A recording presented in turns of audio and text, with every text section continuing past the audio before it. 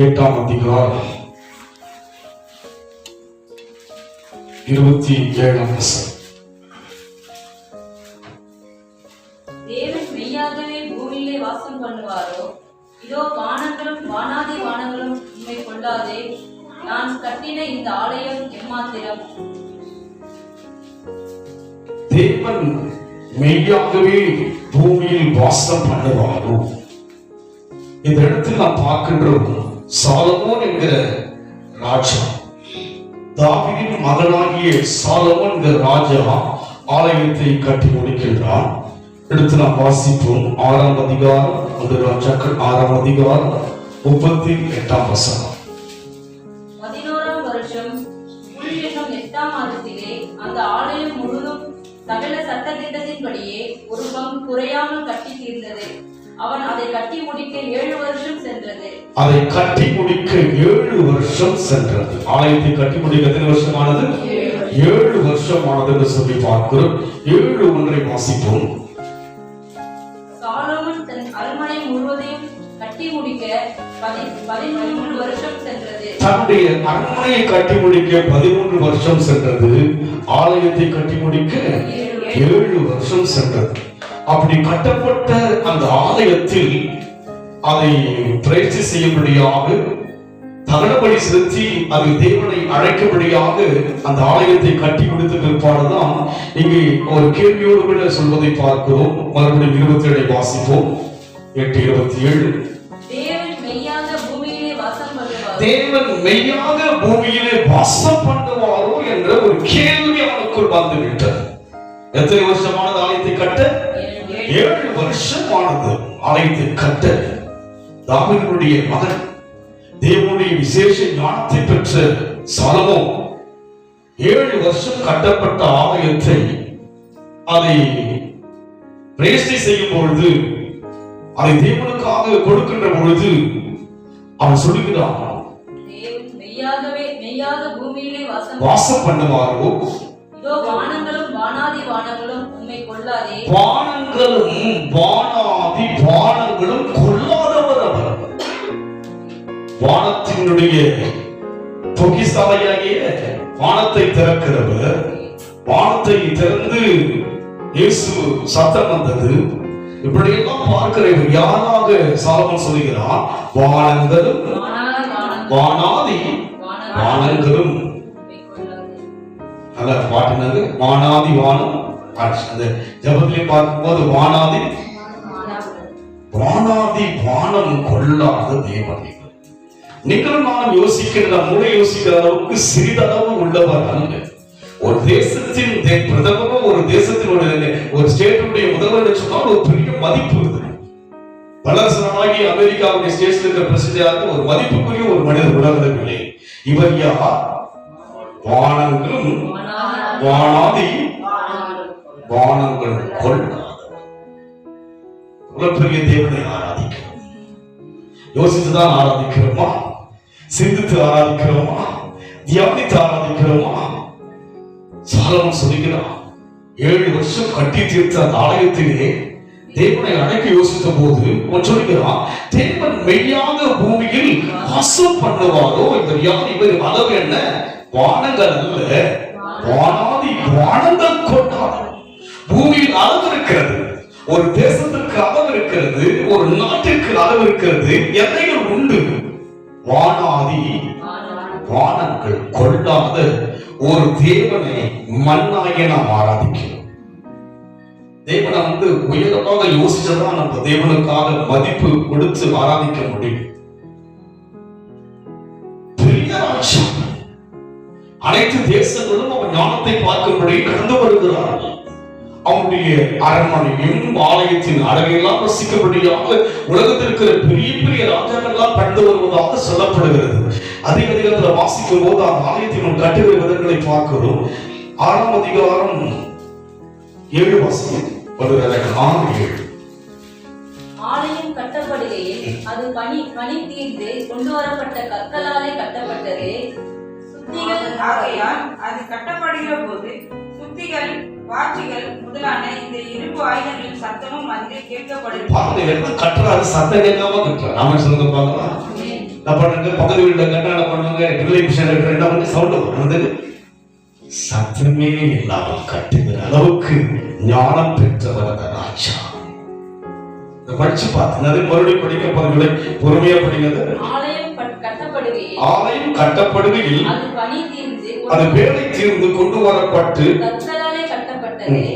ஆகையால் அது கட்டப்படுகிற போது சுத்திகள், வாட்சிகள் முதலான எந்த இருப்பு ஆயுதங்களின் சத்தமும் அதிலே கேட்கப்படாத அளவுக்கு நோகாம யாரை யாருக்கை கட்டுகிறார்? தேவனுக்கை கட்டுகிறபடியினாலே வழி தெரியாதபடிக்கு சுவர்கள் எல்லாம் கட்டப்பட்ட. எந்த சத்தம் கேட்கலங்க? சுத்தி எந்த சத்தமும் கேட்கல. கடமார சத்தமும் இரும்பு சத்தமே கேட்கலங்க. பயத்துக்குரியவர் கட்டிவிட்டு 7 ஆண்டுகள் கட்டப்பட்ட ஆலயத்தில் பெருமிதமாய் வந்து அந்த பிரசனத்துக்காக ஏற்கும் போதுதான் சொல்லுகிறா, என்ன சொல்லுகிறார்? வாசம் பண்ணுவார். இவர் யார்? இவர் 7 வருஷம் கட்டப்பட்ட ஆலயம் தான். இறங்கிடுவாங்க பார்த்தா இல்ல, அவர் யார்? வானங்களும் வானாதி வானங்களும் கொல்ல முடியாது. கட்டுப்படுத்த முடியுமா? அவர் காற்றை கட்டுப்படுத்த முடியுமா? அவரால் படைக்கப்பட்ட கடல் சீற்றத்தை கட்டுப்படுத்த முடியுமா? அவருடைய படைப்பையே மனுஷனால் கட்டுப்படுத்த முடியாத இருக்கும் பொழுது அவரை யாரும் கட்டுப்படுத்த முடியும்? இத்தனை மகத்துவமான தேவனைத்தான் நாம் ஆராதிக்கிறோம். சிம்பிளா ஆராதிக்கிறோம். பயம் இல்லை, பக்தி இல்லை, நேரத்துக்கு நமக்கு எதுவும் இல்லை. நமக்கு ஏதோ அவர் என்னோ சின்னவர் மாதிரி. ஆனா சாலமோன் ராஜா உலகத்தில் சிறந்த ராஜா. அவனுடைய அரண்மனை, அவனுடைய அந்தஸ்துகள், ஆகாரங்கள் எல்லாம் எழுதப்பட்டிருக்கிறது. ஆச்சரியமா இருக்கிறது. உலகத்தில் யாரும் அனுபவிக்க முடியாத அளவுக்கு ஆசீர்வாதங்களை அனுபவித்தவர். அவன் நாட்களை பார்க்கும் போது வெள்ளி ஒரு பொருட்டை வெள்ளி வந்து மண்ணுமா இருந்தாங்க. நம்ம அப்படி வெள்ளி போட சீப்போ கோல்டு எல்லாம் போட்டீங்க. அது அவனுக்கு அந்த நாட்டில் கிடையாது. வேல்யூஷன் இடம் கிடையாது. வேல்யூ கிடையாது. அதை மதிக்கவே எல்லாரும் இருக்க பொண்ணால் தான் அந்த ஊரெல்லாம் இருந்தது. எல்லாருடைய அரண்மனை ஆலயம் எல்லாம் பொன் தரட்டால் தான் காரியங்கள்லாம் செய்யப்பட்டிருக்கிறது. வெள்ளி நாட்களிலே ஒரு பொருட்டா கிடையாது. 40 வருஷம் அவனுக்குள் சமாதானமும் சுகமும் இருந்தது. அதுக்கு ஒரு நரகத்துக்குள்ளே நான் படிச்சேன். 40 வருஷம் அவனாலும் அவன் தேசத்துல வந்து சமாதானம் சுகமா இருந்திருக்கான்.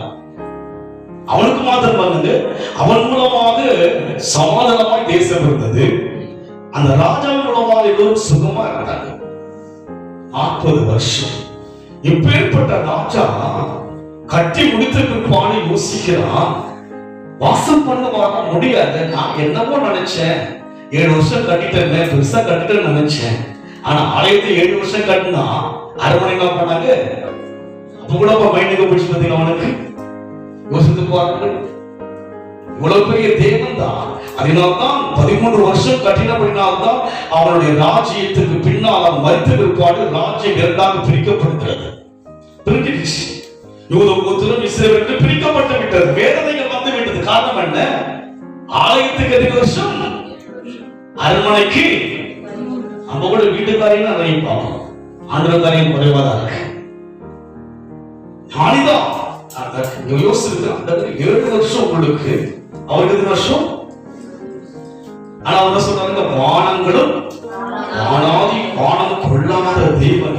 அதனால் இன்றைக்கு நம் பாட்டுல வந்து நீங்க ஆராதிக்கிற வந்து ரொம்ப சிம்பிளா நினைக்காதீங்க. இறுதிய வந்து கடவுளை எவ்வளவுக்கு எவ்வளவு மதிக்கிறோமோ அவ்வளவு கர்த்தர் நம்மை உயர்த்துவார். மதிப்பு கொடுக்கணும் தேவனுக்கு. அவன் சொல்லுகிறான், மறுபடியும் வாசிப்போம் 8ஆம் அதிகாரம். தேவன் மெய்யாக பூமியிலே வாசம் பண்ணுவாரோ வானங்களும் வானாதி வானங்களும் உம்மை கொள்ளாதே. நான் கட்டின இந்த ஆலயம் எம்மாத்திரம் தனது விஸ்துவத்தினது அது மாதிரி எம்மாத்திரம். இது எத்தனை வருஷம் கட்டினா? 7 வருஷம் கட்டின ஆலயம். அங்கே கட்டப்பட்ட எந்த சத்தமும் இல்லாமல் கட்டப்பட்ட ஆலயம். அதுக்கு சுத்தி சவுண்ட் கூட கேட்கணும். அந்த லெவலுக்கு கட்டிட்டு எம்மாத்திரம் தடப்பட்டாங்க. சொன்னா எம்மாத்திரம் நான் தூசி, நான் துருப்பு, நான் இருப்பு. அவன் 7 வருஷம் கட்டிட்டு சொல்றாரு, ஏமாத்துறையா. உங்களை நான் நினைச்சேன் நாளைக்குள்ள கண்ட்ரோல் பண்ணி கொண்டு வரலாம் நினைச்சேன். இல்ல இல்லையா, வானங்களும் பூமி இல்லைங்க. பூமியில் பல மாற்றங்கள் இருக்கிறது, சமுத்திரம் இருக்கிறது, பர்வதங்கள் இருக்கிறது, நதிகள் இருக்கிறது, அதற்கு மத்தியிலே பூமி மனுஷன் வாழக்கூடிய இடங்கள் இருக்கிறது. ஆனால் வானங்கள் மாத்திரம் அல்ல, வானாதி வானத்தை கொள்ள முடியாத தேவனை அழைக்கணும்னு பார்த்தாரு. சொல்லிட்டாரு, ஏமாத்திரம். நீங்களும் நானும் ஆராதிப்பதற்கு நான் ஏமாத்திரம் பாடுறேன். ஏமாத்திரம் எவ்வளவு பெரிய தேவன் இவர். இந்திய நாட்டினுடைய பிரதமர் இவர். இல்லை, வானம் கொள்ளாதவர். வானங்களும் வானாதி வானம் திறக்கப்படுவதை பார்த்தோம், வானங்கள் திறக்கப்படுவதாக சேவனை பார்த்தோம். 3ஆம் வானத்தை யார் கண்டது? 2 வரலாற்று பிரசங்கங்கள். பவுல் 3ஆம் வானத்தை கண்டார். ஆனா சாலமோன் சொல்றான், இல்லையா, நீங்க எங்க இருக்கிறீங்க? நீங்க எங்கே இருக்கிறீங்க? அவர் தான் எங்கே இருக்கிறார். என் நாமத்தில் எங்கே 2-3 பேர்கள் கூடியிருப்பீர்களோ எங்கோ இருக்கிறவர் இங்கே இருக்கிறாரே. என்னை பார்க்க வந்திருக்கிறாரே, என் துதியிலே பிரியப்பட்டு இறங்கி வந்திருக்கிறாரே. நான் ஏமாத்திரம் யோசிப்பது உண்டா? வசனங்களை தியானித்து பார்க்கிறோம். வசனங்களை அது சாரம் புரியவில்லையே, அது ஆழம் தெரியவில்லையே. அறிவுக்கு எட்டாத அன்பை விலகிக் கொள்ள முடியும் என்று பவுல் சொல்கிறார். அவன் அறிவுக்கு அந்த பிரசனம் விலகின போது எட்டல சொல்லிட்டாரு. கடைசியில் ஏமாத்தலை. நான் பெரிய ராஜா நினைச்சேன், நான் ஏமாத்திரும். நம்மை விசாரிப்பதற்கு நான் ஏமாத்திரும். தாவீது சொல்கிறார், மண் என்று நினைவு கூறுகிறேன். யாருன்னா மண். அதனால் இவர் எங்கே வாசம் பண்ணதோ ஆலயத்தில் வாசம் பண்ண முடியவில்லை. காரணம் என்ன? இவர் வாசம் பண்ணுவதற்கு கிடையாது. 7 வருஷம் கட்டப்பட்ட ஆலயம் அது ஒன்றும் அவ்வளவு பெருசா சாலமோனுக்கு தோணல. ஏன்னா வானங்களையும் வானாதி கொள்ள அதுல கொள்ளாத அர்த்தம் என்ன பண்ண முடியுது? நிக்க முடியாது. அவனுடைய மகிமை கொள்ளாது. 7 வருஷம் கட்டப்பட்ட ஆலயத்திற்கு பிரமிக்கும்படியே கட்டப்பட்ட முதல் ஆலயங்க பல வருஷமாய் அந்த உடன்படிக்கை பெட்டி வனாந்திலே கொண்டு வரப்பட்டது. அந்த பெட்டிக்குள் தேவனுடைய கட்டளை இருந்தது. தாவீது கட்ட யோசித்தான். தேவன் சொல்லிவிட்டார், நீ கட்டக்கூடாது. நீ ரத்தத்தை சிந்தினபடியினால், நீ யுத்தம் செய்தபடியினால் கட்டக்கூடாது. உன் மகனாகிய சாலமோன் தான் ஆலயத்தை கட்ட வேண்டும் என்று சொல்லி கர்த்தர் பேசினார். அதற்கு வேண்டிய சகலவிதமான பொருட்களை யார் ஆயத்தப்படுத்தி விட்டது? தாவீது எல்லாத்தையும் பண்ணிட்டான். மனசையில தாவீது எல்லாவற்றையும் செய்து விட்டார். ஏக்கம் தாவீதுக்கு. அதனால்தான் இயேசு கிறிஸ்துவை பார்த்து பத்திமை கேட்கிறான், தாவீதின் குமாரனே. சாலமோன் ஞானமுள்ளவன் தான், சிறப்பானவன் தான். சாலமோனை குறித்து சொல்லவில்லை, ஏன் தாவீதை குறித்து புதிய ஏற்பாட்டில் சொல்லப்படுகிறது, தாவீதின் குமாரனே என்று சொல்லி ஏகினான். ஆலயம் கட்டனுடைய ஏகினான்.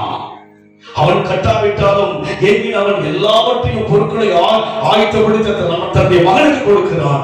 அவன் கட்டின பிற்பாடு சொல்லுகிறான், கொல்லாதப்பா. நான் பெருமிதமாய் யோசித்தேன், ஆடுகளையும் காளைகளையும் எல்லா பணிகளையும் செலுத்தி விட்டால் தேவன் இறங்கி வந்து இருப்பார் யோசித்தேன். இல்லையே, கொல்லாதப்பா. நான் கட்டின இந்த 7 ஆண்டுகள் கட்டப்பட்ட ஆலயம் கொல்லவே கொல்லாது. இத்தனை பெரிய தேவனை ஆராதிக்கிறனா எப்படி இருந்தால் நமக்குள் கடந்து வருவார்? யாரிடத்தில் வாசம் பண்ணுவார்? வானாதி வானம் கொள்ளாதவர் தான். எடுத்து நாம் வாசிப்போம். சங்கீத புத்தகம் 132 சங்கீதம் 14 வசனம்.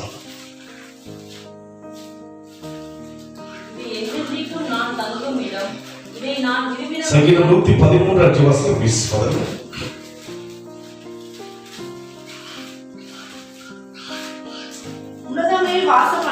உன்னதங்களில் வாசம் பண்ணுகிற நம்முடைய தேவனாகிய கர்த்தர் சமமானவர் யார்? அவர் வானத்திலும் பூமியிலும் உள்ளவைகளை பார்க்கும்படி தம்மை தாழ்த்துகிறார். பாருங்க, இத்தனை பெரிய தேவன் என்ன செய்கிறார்கள்? தாழ்த்துகிறார். என்ன செய்கிறார்? இவர் ஆலயத்தை கட்டி பெருமிதம் கொண்டவனுக்கு எம்மாத்திரம் என்று அவனை தாழ்த்தி விட்டான். அவன் மாத்திரம் அல்ல, தேவனை தாழ்த்துகிறார். மறுபடியும் அதை வாசியுங்கள். அவர் வானத்திலும் பூமியிலும் உள்ளவைகளை பார்க்கும்படி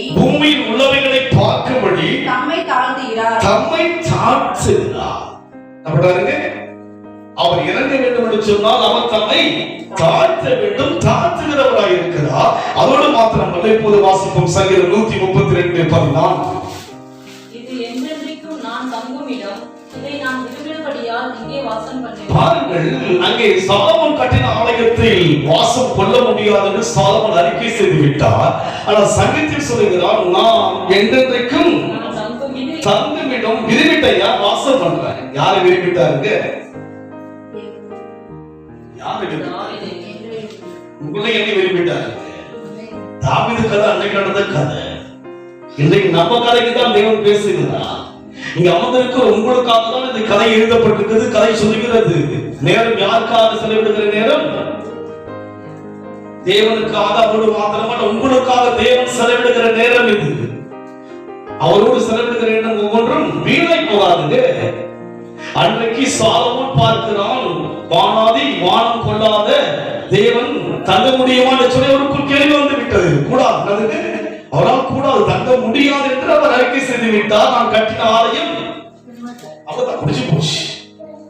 அவருடைய வெளிப்பாடு பாருங்க, முடிந்து விட்டது. ஆனால் தேவன் வந்து பார்க்கும்போது தாழ்த்துகிறார். யார் அவர்? உன்னதங்களிலே வாசம் பண்ணுகிறவர். வானங்களும் வானங்களும் கொள்ள முடியாத தேவன் செய்கிறார், தாழ்த்துகிறார். செய்கிறார். பூமியானது ஒழுங்கின்மையும் வெறுமையும் இருந்த போது ஜலத்தின் யார் வந்தது? தேவாவின் அசைவாடினால் வெளிச்சம் உண்டாக்கடவுள் சொன்னா தாழ்த்துகிற தேவன் அவர். நாம் தான் நம்மை தாழ்த்துவதற்கு யோசிக்கிறோம், நம்மை விட்டுக் கொடுப்பதற்கு யோசிக்கிறோம். நம் வாழ்க்கையிலே தேவனுடைய சமூகத்தில் வார்த்தைகளுக்கு கீழ்ப்படுவதற்கு யோசிக்கிறோம். தேவன் தாழ்த்துகிறார். தம்மை தாமே தாழ்த்தி பெருமையாக்கி அடிமையாக எடுத்தார் இயேசு கிறிஸ்து. தாழ்த்தினார். எவ்வளவு கவனம் தாழ்த்த வேண்டுமோ அவ்வளவா இயேசு கிறிஸ்து தன்னை தாழ்த்தினார். அவர் யார்? வானாதி வானங்களும் கொள்ளாத தேவன் மனுஷனாய் தன்னை தாழ்த்தினார். காரி துப்ப தாழ்த்தினார், கன்னத்தில் அறைய தாழ்த்தினார், ஈட்டியும் குத்த தாழ்த்தினார், ஜீவனை விட தாழ்த்தினார். அப்படியெல்லாம் தாழ்த்தினபடினால்தான் தேவன் அவரை உயர்த்தினார். தேவன் தாழ்த்துகிறார், நாமோ யோசிக்கிறோம். ஆண்டவர் காரியங்களுக்கு பல நேரம் யோசிக்கிறோம், மற்ற காரியங்கள் யோசிக்காமல் செய்கிறோம். தேவ காரியம் என்று சொன்னால் யோசிக்கிறோம்.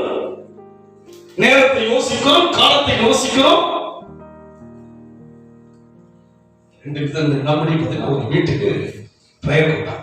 குழந்தைக்கு சாப்பாடு கொடுத்து ஒரு பிரயர். அது குழந்தைக்கு சரி நல்லதான போயிட்டு என்ன பண்ண 10 மணிக்கு நான் 9:30 போயிட்டேன். அங்க உனக்கு படம் லேட் ஆயிடுச்சு, 10:30 லேட் ஆயிடுச்சு. அந்த குழந்தைய அப்பா 10:30 ஆயிடுச்சு ஊட்டிடலாம் 10:30. சரி நினைச்சு, சரி குழந்தைக்கு சாப்பாடு கூட ஒரு ஜபம் பரவாயில்லையே நினைச்சேன். அப்புறம் பார்த்தீங்கன்னா டைமை பார்க்கறது, ஒய்ஃப் வந்து கீழே படிக்க நடந்துட்டு வந்தது பிள்ளை. சீக்கிரமா ஃபர்ஸ்ட் ஜபம் பண்ணிடுங்க, 10:30 மணி ஆகிட்டா ஊட்டிடலாம் முன்னாடி விடுங்க. விளங்கலையே தெய்வத்தை, விளங்காம இருக்கிறாங்கல்ல தேவ ஜனங்கள் தான் விளங்கல. அந்த பிள்ளை ஜோர்தான்ல போய் ஞானஸ்நானம் எடுத்து இருந்து ஒரு ஊழியர்கள் என்ன பண்ணாங்க, ஜோர்தான் கொண்டு போயிட்டு ஜோர்தான்ல ஞானஸ்நானம் எடுத்து இஸ்ரேலுக்கு யோர்தான் நதியில ஞானஸ்நானம் எடுத்த பிள்ளைய அந்த கணவர் மகிழ்ச்சியா படிச்சு நான் என்ன பண்ணது வந்து மாட்டிக்கிட்டேன். படுத்து ஜபம் பண்ணி அதுக்கப்புறம் தான் பிரசங்கம் பார்த்தது. யாருக்கு மதிப்பு இல்லை? தேவனுக்கு மதிப்பு இல்லை. அப்படி நான் போற பண்ண மாட்டேன். நேரம் காலம் நாழிகை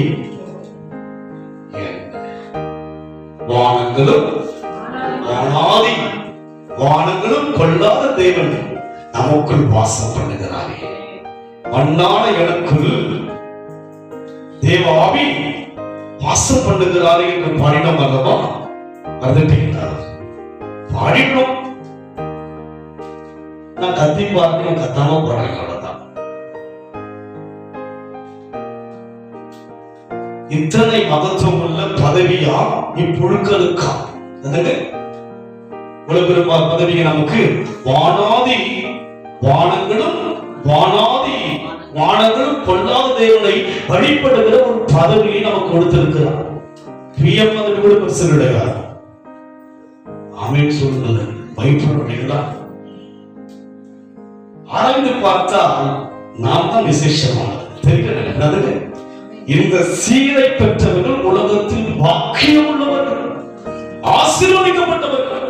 இந்த நாமத்தை உச்சரிக்கிறவர்கள் ஆசீர்வதிக்கப்பட்டவர்கள். இந்த நாமத்தை தோது கொள்வதற்கு விசேஷமானவர்கள். இதன்படி நடக்கிறவர்கள் விசேஷத்திலும் விசேஷமானவர்கள். அதனால் இங்கே பார்க்கிறோம், உரசுகிறார், தாழ்த்துகிறார், இரண்டாவது விரும்புகிறார். நாம் செய்கிறோமா? வானங்களும் வானாதி வானம் கொள்ளாத என்ன செய்கிறார்? தாழ்த்துகிறார். இரண்டாவது எதுவரைக்கும் விரும்புகிறார்? என்றென்றைக்கும் விரும்புகிறார். நம்ம என்ன பண்றாங்க? ஆடி வந்துச்சுங்களா? ஆடி வாசியம் அப்படி தொட்டு என்ன பண்ணுங்க, நம்ம அந்த பழைய பாணியத்துல தொட்டு நம்ம நடப்பணும். எங்கடா போனா லட்சியம் பண்ணி அது போல பண்ணி போன மாடுவர தொட்டு சண்டே ஒரு நாள் பண்ணுங்க தொட்டுக்கிறோம். இவ்வளவு பெரிய தேவன் தாழ்த்தி வந்து விட்டார், விரும்பிட்டார். யார விரும்பிட்டாருங்க? சொல்லுங்களேன். என்னை விரும்பி விட்டார். என்னை யார் விரும்புகிறார்கள் இல்லையோ என்னை இயேசு விரும்பி விட்டார். உங்களை யார் விரும்புகிறார்கள் இல்லையோ இயேசு உங்களை விரும்பி விட்டார். அந்த பெண்டிகஸ் சர்ச்சுக்கு நான் முதல் முறை போகும்போது கண்ணெல்லாம் கோவப்படுற மாதிரி இருக்கும். இதுல வந்து ஒரு கண்ணு வச்சு ஒரு பணி டான்ஸ் ஆடுறது அதை போட்டு போயிட்டு சின்ன மாதிரி ஒரு கண்ணு இருக்குது. கண்ணு ரெண்டு பார்க்க எங்க எங்க காட்டுல வர மாதிரி இருக்குது. அதுக்கு எல்லாம் பெண்டிகஸ் சர்ச் உள்ள போறேன், எல்லாம் பாக்குறாங்க. நான் கண்ணு படிச்சு ரெட்டா இருக்குது. இங்க ஒரு கண்ணு, இங்க 3 கண்ணா போடுது. யாருங்க? அங்குதான் என்னை கண்டார் தேவன். என்னை மாற்றினார், என்னை மாற்றினார், என்னை மாற்றினார். ஒரு ஊழியனா என்னை மாற்றினார், தாழ்த்தினார். கொடுமையான எனக்காய் தேவன் தாழ்த்தினார். என்னை விரும்பினார். இதுவரைக்கும் விரும்பிக் கொண்டிருக்கிறார். என்னை எவ்வளவோ வெறுத்திருக்கலாம், வெறுக்கப்பட்டிருக்கலாம். இன்றைக்கு வரைக்கும் என்னை விரும்புகிறவர் இயேசு ஒருவர் தான். இயேசு ஒருவர் தான் விரும்புகிறார். வேறு யாரும் அந்த இடத்துக்கு வரவே முடியாது. நான் பார்த்து விட்டேன். என் தாய், என் தகப்பன், என் சகோதரிகள், என் மனைவி, என் பிள்ளைகள், பேர பிள்ளைகள் எல்லாம் இயேசு என்னை விரும்புகிறார். என்றைக்கு விரும்புகிறார், தள்ளவே மாட்டார். 3 முறை மறுதலித்த பேதுருவை கூட அவர் தள்ளவே இல்லை. முகத்தை பார்த்து மனம் கசந்தார். அதுபோல் இன்றைக்கு ஒன்று நமக்காக தேவன் தாழ்த்துகிறார். யார் அவர்? வானங்களும் கொள்ளாத தேவன் தாழ்த்துகிறார். இரண்டாவது விரும்புகிறார். எதுவரைக்கும் விரும்புகிறார்? என்றைக்கு விரும்புகிறார். அவர் விரும்பவும் அவர் நம்மிடத்திலே வாழ வேண்டும் என்று சொன்னால் நாம் என்ன செய்ய வேண்டும்? அதை சொல்லி முடிக்கும்படி எடுத்து நாம் வாசிப்போம். ஏசாயா புத்தகம் 57ஆம் அதிகாரம் 15ஆம் வசனம். ஏசாயா புத்தகம் 57ஆம் அதிகாரம் 15ஆம் வசனம். நித்திய வாசியம் பரிசுத்தர் என்கிற நாமம் உணருமாக்கி. இவர் யார்? நித்திய வாசியம், everlasting, நித்தியம். அதுங்க இவருக்கு முடிவெல்லாம் கிடையாது. கிறிஸ்துவுக்கு முன்னும் இவர் தான், கிறிஸ்துவுக்கு பின்னும் இவர் தான், இருந்தவரும் இவர் தான், இருக்கிறவரும் இவர் தான், வருகிறவரும் இவர் தான், ஆதியும் இவர் தான், அந்தமும் இவர் தான், முந்தினவரும் இவர் தான், பின்னினவரும் இவர் தான். அதோடு மாத்திரமல்ல, இவர் யார்? நித்திய வாசியம், பரிசுத்தரும் என்கிற நாமம் உள்ளவருமாகிய மகத்துவமும் உன்னதமானவர் சொல்கிறார். நாமத்தை எப்படிலாம் வர்ணிக்கிறார் பாருங்க. ஒன்று நித்தியவாசி, இரண்டாவது பரிசுத்த, மூன்றாவது மகத்துவம் உள்ளவர், உன்னதமானவர் சொல்கிறார்.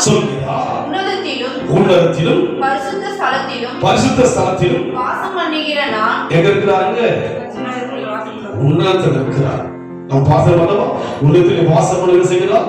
தாழ்த்தி வந்தார். சாலமோன் சொன்னார், வானங்களும் வானாதி வானங்களும் கொள்ளாதவர்கள் சொன்னார். அதைதான் நீங்க சொல்லுங்க, நான் உன்னதத்தில் இருக்கிறேன். யாரானு? நான் மகத்துவம் உள்ளவர், நித்தியவாசி, பரிசுத்த உன்னதமானவர். படிக்கமா? பரிசுத்த ஸ்தலத்திலும் வாசம் பண்ணுகிற நான் பணிந்தவர்களின் ஆவியை உயிர்ப்பிக்கிறதற்கும் பணிந்தவர்களின் ஆவியை என்ன பண்ணுங்க? பணிவு. பணிவு சொல்லுங்க. பணிவு திருஷ்டாகமா தங்களை ஒப்பு கொடுப்பாங்க. யாரு? உடைய பணிந்தார். தேவனை பணிந்தார். இத்தனை மகத்துவமான தேவன் யாருக்கு வருகிறார்? பணிந்த. படிக்க. பணிந்தவர்களின் ஆவியை உயிர்ப்பிக்கிறாங்க. பணிந்து வந்து விடுங்க. அந்த வானாதி வானம் கொள்ளாத தேவனை வந்து என் கையில கொண்டு வரணும்னா என்ன பண்ணுங்க? பணிஞ்சு சரண்டர். உன் பிரச்சனை எல்லாவற்றையும் ஒரு இடத்துல கொடுத்து விடுங்கள். பணிஞ்சு பணிந்து விட வேண்டும். சிலுவை பணிந்தார். அடிக்க பணிந்தார். அவமானப்படுத்த பணிந்தார். காற்றையும் கடலையும் அமைதிப்படுத்தின வல்லமையுள்ள தேவன், மகத்துவமான தேவன் குட்ட பணிந்தார். இனிமாய் பேச பணிந்தார். காரணம் என்ன? நாம் வெற்றி சிறக்க. அவர் வெற்றி சிறந்தால் யார் வெற்றி சிறக்க முடியும்? பணிந்தார். அது போல நமக்கு பணிந்து அந்த மீறி ஒண்ணு கிடையாது. அதுதான் பணி. அதை விட ஒண்ணு கிடையாது. எனக்கு தெரிந்த ஒரு உறவினர், அவர் வந்து பார்த்தீங்க ஒரு பெரிய ஒரு புக் ஷாப். அங்க எனக்கு நான் பல பேட்டி ஒர்க் பண்ணும்போது எனக்கு அந்த ஆர்டர் கொடுப்பாரு. லேடிஸ் மேடம் தான் அந்த ஓனர். அப்போ அவர் அந்த அம்மா பார்த்து அப்படியே பணிச்சு, அம்மா சொல்லுமா பணியும் போது வேலையெல்லாம் கொடுப்பாங்க. அம்மா சொன்னா இப்ப இருந்த அம்மா சொன்ன மாதிரி பணிந்தா எல்லாம் முடிஞ்சிடும். ஒரு மனுஷங்கிட்ட பணிஞ்சாலே முடியுது இல்லை. இப்போ இருக்கிற முதல்வர் யாரும் பணியக்கூடாது. யாரும் ஒரு மனுஷன்கிட்ட பணியும் பொழுது எப்படின்னு சொன்னா, இங்க சொல்லுற பணிந்த ஆவி என்ன செய்கிறாரா? உயிர்ப்பிக்கிறாங்க. உங்க பிரச்சனையா யார்கிட்ட சொல்லணும்? இவ்வளவுதாங்க மலை போல யாரு? அவர்தான் என் கண்மலை. மனசு ஊத்துங்க. அண்ணால் சொல்லி பார்த்தான். யார்கிட்ட? தன் கணவனாகிய எல்கானா சொல்லி பார்த்தா குழந்தையே இல்லை. இன்னொரு மனைவி குழந்தை வச்சுட்டு கடைசி யார்கிட்ட சொல்ல வந்தா? ஆலயத்துல வந்து ஊத்திட்டாங்க. அருமையான சாமுவேலை கொடுத்தார். சாமுவேலை கர்த்தருக்கு கொடுத்த பிற்பாடு 5 பிள்ளைகளை கர்த்தர் கொடுத்தார். சாமுவேல் பெயரை கர்த்தர் உயர்த்தினார். தான் முதல் பெயர்சபா வரைக்கும் அவனுடைய பெயர் பிரபலமானது. அவனை போல தீர்க்கதரிசி ஒருவரும் இல்லை என்று வேதம் சொல்கிறது. அது போல பணிந்து உங்கள் பிரச்சனைகளை யாருக்கு சொல்ல வேண்டும்? தேவ சமூகத்தில் சொல்ல வேண்டும். எதற்காக உலகத்தில் சொல்ல வேண்டும்? உறவுகிட்ட சொல்ல வேண்டும். நான் ஒரு காரியத்தை சொல்லிட்டு இருக்கிறேன். யாருக்கும் சொல்லலாம் சொன்னீங்கன்னா நீங்க கஷ்டமாட்டீங்க. அவர்கிட்ட சொல்லிட்டே இருக்கிறேன். பெரிய ஒரு காரியத்துல கூட அவர்கிட்ட சொல்லிட்டு இருக்கிறேன். உங்கள்கிட்ட சொன்னீங்கன்னா நான் தான் வித்தியாசமான ஒரு காரியம், என் அறிவுக்கு என்னுடைய அந்தஸ்துக்கு எட்டாத ஒரு காரியம் அவர்கிட்ட சொல்லிட்டு இருக்கேன். டெய்லி சொல்லிட்டு அதை பண்ண என்கிட்ட சொல்லிட்டே இருக்கு. எனக்கு நான் இப்போ பைத்தியம் முடிச்சுட்டு சொல்லிக்கிறேன். அதுக்கு கிரகிக்க முடியாத காரியத்தை செய்வாங்க. அதுக்கு அறியாத எட்டாத காரியங்களை தேவன் செய்கிறபடினாலே நாம் என்ன செய்ய வேண்டும்? பணிந்த ஆவியை உயிர்ப்பிக்கிறவரும் ஒருங்கினவர்களின் இருதயத்தை உயிர்ப்பிப்பதற்கும் நொறுங்குண்டு பணிந்த ஆவியுள்ளவர்களிடத்திலும் வாசம் பண்ணுகிறேன். எங்க வருகிறாங்க? வானங்களும் வானங்களும் கொள்ளாத தேவன் சாலமோன் கட்டின ஆலயம் எம்மாத்திரம் என்று அறிக்கை செய்து விட்டார். இப்ப என்ன வந்துட்டார்? தேவங்க அவன் சொல்லுங்க பார்க்கலாம். அவர்கிட்ட நொறுங்கி அவர்கிட்ட பணிந்து பழகுங்க, உங்களுக்குள்ள வாசம் பண்ணும். அவரு வந்துட்டா போதை இல்லை. அவன் சொல்லுங்க பார்க்கலாம். அவர் உங்களுக்குள்ள வந்துட்டு அதுக்கப்புறம் என்ன வாழ்க்கையில வேற?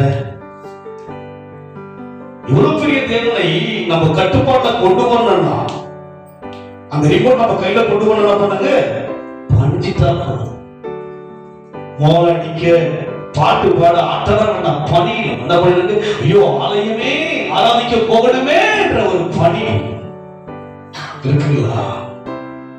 ஐயோ ஆலயம் அல்லவோ, என்னை பார்க்க இயேசு வருவார், நான் அவரை பார்க்க போக வேண்டுமே என்ற ஒரு பணி.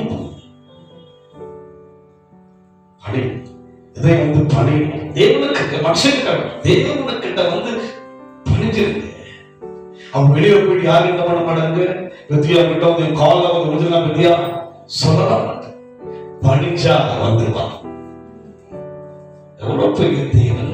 வாண்டுகள் சொல்லுங்க. நான் 10 முறை சொல்றேன், நீங்க ஒரு முறை சொல்ல மாட்டீங்கள. அப்பதான் அவருடைய மெஜஸ்டிக் தெரியும், அப்பதான் அவருடைய வேல்யூஷன் தெரியும் நமக்கு. அவர் வந்து வாசம் பண்ணணும்னா சிம்பிள், பணிந்து நொறுங்கின அவள் அவருக்கு உடைக்கணும். உடைங்க, நீங்க இதயத்தை உடைங்க. இதயம் வந்து அப்பளம் உடையணும். நொறுங்குண்டதும் நறுங்குண்டதுமான இதயத்தை புறக்கணிங்க என்று சொல்லி பார்க்கணும். இன்றைக்கு இந்த அனுபவத்தில் மறுபடியும் இப்போ கொடுக்க வேண்டும். இந்த பணிவு என்கிற ஒரு சூழ்நிலை நம்ம வாழ்க்கை வரும்போது எல்லாம் செய்யும். அவர் வீடு கிடையாது. இந்த பணிவு வந்து விட்டா அவருக்கு தான் வாழ்க்கை தெரிஞ்சுக்க புரியாம என்ன பண்றாங்க. இதெல்லாம் வந்து நம்ம வாழ்க்கை வந்து வந்துடுச்சுன்னா நெக்ஸ்ட் ஸ்டெப்ஸ் தான் பண்ணுங்க. அந்த பணிவு அவர் தான் வாழ்க்கை, அவர் வேற எனக்கு கிடையாது. அந்த பணிவுக்குள்ளா போயிட்டுன்னா ஆட்டோமேட்டிக்கா அவருக்கு என்ன பிரியமோ, அவருக்கு எதுவெல்லாம் விருப்பமோ அதெல்லாம் நம்ம வாழ்க்கை செஞ்சுக்கிட்டே போகும். அவர் வாசம் பண்ணிட்டாருன்னா நீங்கள் செய்வதெல்லாம் வாழ்க்கை முடிஞ்சு போச்சு. அவர் கொண்டு வருவதற்கு ஒரே ரகசியம் என்ன? சிதம்பர ரகசியம் என்ன? சொல்லுங்க. சொல்ல மாட்டேங்க. நாங்க படிச்சுதான் இருக்கோம். சொல்றீங்களா?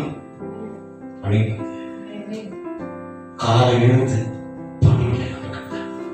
ஐயா, இப்பெல்லாம் உன்னை காத்தீரே, என் பிள்ளையை காத்தீரே, என் கணவனை காத்தீர், என் மனைவியை காத்தீர், என் போக்கை காத்தீர், என் வரவை காத்தீர், தூங்காமல் காத்தீர், உறங்காமல் காத்தீர். இப்படி எல்லாம் சொல்லி சொல்லி அவர் சமூகத்தில் பணியும் போது அவர் வாசம் பண்ணுவார். அவன் வந்த பிற்பாடு வேற என்ன யோசிச்சு பாருங்க. அவர் வந்து விட்டால் போதும், நமக்கு அழுதும் தேவையில்லவா எல்லாம் தேவன் சந்திப்பார். அந்த நாளுக்கு என்ன தேவையோ தேவன் சந்திப்பாருங்க. சுகத்தோட இருப்பீங்க, பலத்தோட இருப்பீங்க, ஆரோக்கியத்தோட இருப்பீங்க, நல்லா சாப்பிடுங்க, நல்லா உடைய இருக்கும், நல்ல ஒரு உறக்கம் இருக்க, எல்லாமே இருக்கும். அந்த நாளுக்கு இது எல்லாமே நடக்கும். இத்தனை பெரிய தேவனை சாலமோனால் கண்டுபிடிக்க முடியவில்லை. கட்டி பார்த்து விட்டு பெருமூச்சு விட்டு என்ன செய்கிறார்? மாத்திரம் இல்லை ஐயா, நான் பணிந்து விட்டால் அவரை அழைத்து விடுவேன், எனக்குள்ளே அவரை ரசிப்பேன். துள்ளுதையா உள்ள இயேசு இருந்தது. நான் துதிச்சேன், நான் உள்ள துள்ளம். இயேசு இல்லாம துதிச்சா மூச்சு தான் வாங்கும். பாடல் பார்த்தீங்களா? மூச்சு வானது உள்ள போனா வலிக்குதான், ஆனா மனசு வந்து சந்தோஷமா இருக்கு. எல்லாம் வலிக்குது. பண்ணுது அது ஒரு 3 பாட்டு, அதுக்கப்புறம் ஒரு 3 பாட்டு. நீங்க ஒரு பாட்டுக்கு என்ன பண்ணுங்க? நீங்க 58 வயசு ஆயிடுச்சு. ஆண்டவரை சொல்லும் பொழுது முதிர் வயதிலையும் பசுமையும் ஆண்டவருடைய வார்த்தை அப்படிதான் இருக்கிறது. நம் அனுபவத்தில் எவ்வளவு தேடுகிறோமோ அவ்வளவா தேவன் நம்மை ஆசீர்வதிப்பார். கடைசி வாசகத்தை முடிச்சிடலாம்.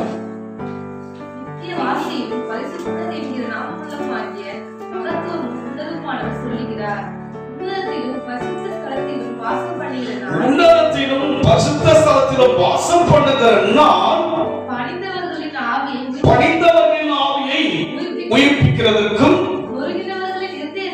நொறுங்கினுடைய இருதயத்தை உயிர்ப்பிப்பதற்கும் நொறுங்குண்டு பணிந்த ஆவிகளிடத்திலும் வாசம் வாசம் பண்ணி பாருங்க, இயேசு கிறிஸ்து மாம்சமாக இருந்த போது எரிகோ என்ற அந்த ஊர் வழியை போய் கொண்டிருக்கிறார். அந்த வழியிலே ஒரு குருடன் இருக்கிறான். அவருடைய பெயர் என்ன? பர்த்திமேயு என்கிற ஒரு குருடனை பார்க்கிறோம். வித்தியாசமான ஒரு சத்தம் கேட்கிறது, வேறுபட்ட ஒரு சத்தம் கேட்கிறது. குருடனாய் இருந்தபடியினாலே செவிகளிலே சத்தத்தை உணர முடியும் தவிர அவனால் பார்க்க முடியவில்லை. பக்கத்தில் இருக்கிற ஒரு மனிதனை கேட்கிறான், என்ன ஒரு விசேஷமான சலசலப்பான ஒரு சத்தம் கேட்கிறேன்னு சொல்லும் போது அவன் சொல்லுகிறான், இயேசு, நசரேயனாகிய இயேசு வழி போய்கிட்டு இருக்கிறார். அவனுக்கு தெரிந்தது, அவன் கண்ணால் பார்த்தவன், செவிகளால் அவனுடைய வல்லமைகளை கேட்டவன், காணாமல் நடந்த காரியத்தை கேட்டவன், அநேக காரியங்களை கேட்டவன். கேட்டபடினால இயேசு அந்த வழியில் வந்து விட்டார். விடக்கூடாது. யாரை விடக்கூடாது? இயேசுவை விடக்கூடாது.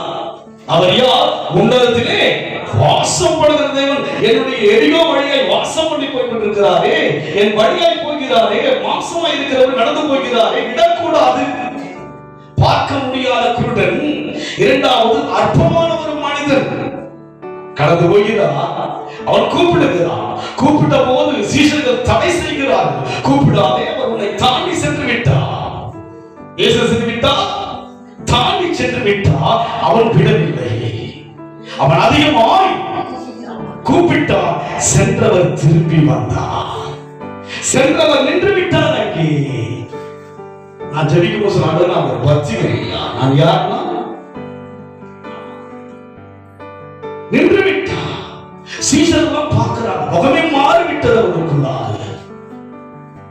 இவன் கூப்பிட்டு நிற்க வைத்து விட்டானே. அருகில் அழைக்கிறார், கண்ணை திறக்கின்றார். கண்கள் திறக்கப்படுகிறது. பணிந்த ஆவி, ஒரு பிச்சைக்காரர், ஒரு குருடன் வாசம் பண்ணினாரா? தேவன் தொட்டு அவனை சுகமாக்கினார். அதுபோல் இன்றைக்கு உங்கள் வாழ்க்கையில் தேவன் நடக்கின்ற காலம் இது. நாம் அவரை விட்டுவிட்டால் அவர் கடந்து போய் விடுவார். நமக்கு கொடுக்கப்பட்ட ஒரு வாய்ப்பு இது. நமக்கு கொடுக்கப்பட்ட ஒரு காலம் இது. இந்த காலத்தில் மௌனமாக இருந்தால் ரட்சிப்பு. அவன் அதட்டின போது மௌனமா இருந்து விட்டால் குருடனாகத்தான் இருந்திருக்க முடியும். இல்லை இல்லை, என் காலம் இது. எனக்கும் தேவனுக்கும் உள்ள உறவுடைய நேரம் இது. இதை விட்டுவிட்டால் அவரை பிடிக்க முடியாது. இதுதான் காலம் தேவனை அறிவதற்கு சரியான நேரங்கள். இது வேதத்தை படிப்பதற்குரிய ஒரு சூழ்நிலைகளை தேவன் உண்டாக்கி இருக்கிறார். இன்றைக்கு துதிப்பதற்குரிய நேரத்தை உண்டாக்கி இருக்கிறார். இந்த காரியமே நமக்கு பயன்படுத்தாவிட்டால் வேற என்ன காரியம் யோசிச்சு பாருங்க. காலத்தை பிரயோஜனப்படுத்திக் கொள்ள வேண்டும். அவன் நேரத்தை கரெக்டா பண்ணாங்க, விடல. வானங்களும் நின்றுட்டாங்க. பிச்சைக்காரனுக்கு நின்று விட்டான், குருடனுக்கு நின்று விட்டான். பணிந்த மனுஷனவன், எளிமையான மனுஷனவன். அதைத்தான் நீங்க சொல்லுகிறார், பணிந்து நொறுங்கின ஆவிடத்தில் செய்கிறீங்கன்னா மாம்சமா இருந்து கவர் பண்ணிடாது. 110 ஒரு பணிவு அவனுக்குள்ளாக, நீ என் வீட்டுக்கு வர நான் பார்த்தேன். நல்ல நீங்க ஒரு வார்த்தை சொன்னா அந்த பணியை பார்த்து இயேசு ஆச்சரியப்பட்டார். வேதம் சொல்கிறது, அவன் சொன்ன வார்த்தையை கண்டு சீஷர்களை திரும்பி பார்க்கிறார். உங்களுக்குள்ள இந்த விசுவாசம் இல்லையே. அவன் சொன்ன அந்த நேரமே அந்த வேலைக்காரன் சுகமாகிறான். 100க்கு அதிபதி மனம் என்ன? பணிந்த பணிந்த காணானிய ஸ்திரியை குறித்து பார்க்கிறோம். என்ன சொல்றா? நாய்க்கு போடுகிறது துணிக்கை விடுகிற அந்த துணிக்கை எனக்கு போதையா. நாய் சாப்பிடுவது போல பண்ற மேஜில் இருக்கிற ஆதாரத்துல பண்ண முடியாது. நாய்க்குட்டிக்கு நானே போட முடியாது. பிள்ளைகளுக்குரிய ஆதாரம் இது. நம்ம சொல்ல துணிக்கை கீழே இருப்பதுங்களா? பணிவு சுகமடைந்தா. அது போல நாம் எப்படி இருக்கணுங்க? ரகசியம் தான். தேவன்கிட்ட பணிவதற்கு என்ன நம்ம யோசிச்சு பாருங்க. ரகசியம் இது. நீங்க ஆரோக்கியமா இருக்கணும், நீங்க சுகமா இருக்கணும், நீங்க சந்தோஷமா இருக்கணும். இதெல்லாம் ரகசியம். அவர் பெருமைக்கு அல்ல, நம்முடைய நன்மைக்கு தேவன் சொல்லுகிற வழிகள் இதெல்லாம். பணிந்த ஆவிடத்திலே தேவன் செய்கிறார், வாசம் பண்ணுகிறார். அங்கே அவன் சொல்லுகிறான், கடைசி முடிச்சிருவோம். 1 ராஜாக்கள் 8ஆம் அதிகாரம் 20 வாசிக்க, சீக்கிரம் வாசிக்க. தேவன் மெய்யாக பூமியிலே வாசம் பண்ணுவாரோ? பூமியிலே வாசம் பண்ணுவாரோ? இதோ வானங்களும் வானாதி வானங்களும் உம்மை கொள்ளாதே. நான் கட்டின இந்த ஆலயம் எம்மாத்திரம். பூமியிலே வாசம் பண்ணுவாரோ? வாசம் பண்ணுவாரோ? பண்ண மாட்டாரா? யார் உள்ள பண்ணுவாருங்க? வந்த எனக்குள்ள வந்துடுவார். ராமன் சொல்ல பார்க்கலாம். அவ்வளவு பெரிய தேவன் இறங்கி வந்துருவார். சாலமோனுக்கு தெரியல அந்த வெளிப்பாடு. சாலமோனுக்கு அந்த ரகசியம் தெரியல. அன்றைக்கு மாத சாலமோனுக்கு ஒரு பேப்பர். அவன் சொல்லுங்க பார்க்கலாம். இன்றைக்கு வாழ்ந்த எனக்கு அந்த வெளிப்பாடு தெரிந்து விட்டது. அவன் சொல்லுங்க, ஞானவானாகிய சாலமோனுக்கு தெரியல. தேவன் ஞானிகளை வெட்கப்படுத்தும்படிக்கு பேதைகளை தெரிந்து கொண்டார். இழிவாளர்களை தேவன் தெரிந்து கொண்டார். அதனால் இன்றைக்கு உங்கள் வீட்டிலேயும் உங்களுக்குள்ளும் தேவன் வாசப்படுகிறார். பணிந்தே இருப்போம், நோங்கியே இருப்போம். தேவசந்திரம் போகும்போதும் ஒருங்க, ஆண்டவரே இதெல்லாம் இப்படி என்ன காத்தீங்க, இந்த பிரச்சனை எப்படி தீர்த்தீங்க ஐயா, இந்த காத்து எப்படி சமைச்சீங்க. ஒரு தோத்திரம் ஸ்ரீநாதுக்கு டிவியில போட்டு 1000 சோதனைகள் என்ன பண்ணுங்க, எல்லா வேலையும் முடிச்சிடுறோம். என்ன பண்ணணும், 1000 சோதனை பண்ணி போட்டு என்ன பண்ணுறது, அவர்கிட்ட 2 தோத்திரம் ஆத்துமாவே எப்போ முடிப்பான பண்ணுங்க. நான் வந்து ஒரு 2 நாள் பண்ணிட்டு இருக்கும்போது தான் திட்டு ஒரு 1.5 மணிக்கு முடிச்சிடலாமா, சரி முடிச்சிருச்சு. கருத்தான ஜெபம் அவசியம். ஆனா நான் பணிந்த அனுபவத்தில் செல்வோம். உடச்சி கொடுங்க, உங்க தேவை எதுவா இருந்தாலும் சந்திப்பாங்க. சகோதரி நல்லா சாட்சி சொன்னாங்க. யார்கிட்ட பிரச்சனை? ஒரு முகமதிய கிட்ட பிரச்சனை. யார்கிட்ட? வெட்கப்படுத்தவில்லை.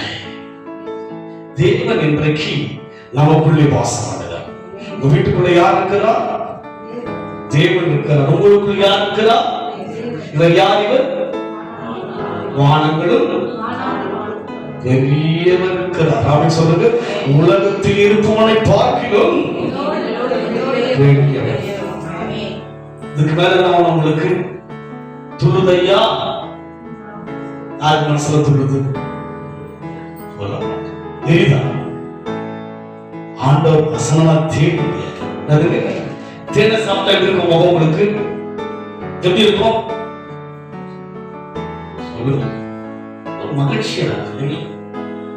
ஒரு புளிப்பை சாப்பிட்டா முகம் எப்படி இருக்கும்? ஒரு கசப்பை சாப்பிட்டா தேன். இது என்ன? இது தேங்க.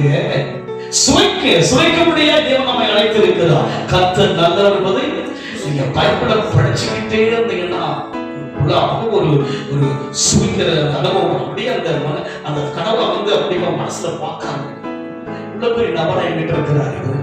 படிச்சுட்டே வரனாங்க. இப்ப மறுபடியும் படிக்கும்போது பார்க்கிற இந்த ஒரு வார்த்தை அதிகமாக தோணுது. இவ்வளவு பெரிய தீவனம் செய்கிறாருங்க. படித்தவங்க கிட்ட வந்துடுறாரு. நம்ம 7 வருஷம் கண்ணாளதான் பண்ண நாங்க போகல. ஆனா இன்றைக்கு படிச்சிட்டீங்கன்னா வந்து விடுவார். வீட்டுக்குள்ளே தங்கி விடுவார். எது வரைக்கும் தங்குவா? என்றைக்கு ஆபிரகாமோடு தங்கினா, ஈசாவோடு தங்கினா, யாக்கோபோடு தங்கினா, அது போல உங்களோடு தங்குவா, உங்கள் பிள்ளைகளோடு கூட தங்குவா, பிள்ளைகளின் சந்ததியா தங்கிட்டே இருப்பான். கண்களை விடுவோமா? கர்த்தரை நோக்கி பார்க்கலாம். வானங்களும் வானாதி வானம் கொள்ளாத தேவன் தங்க முடியுமா? உங்களோடு தேவன் தங்கி இருக்கிறார். உங்களுக்குள்ளே தேவன் வாசம் பண்ணுகிறார்.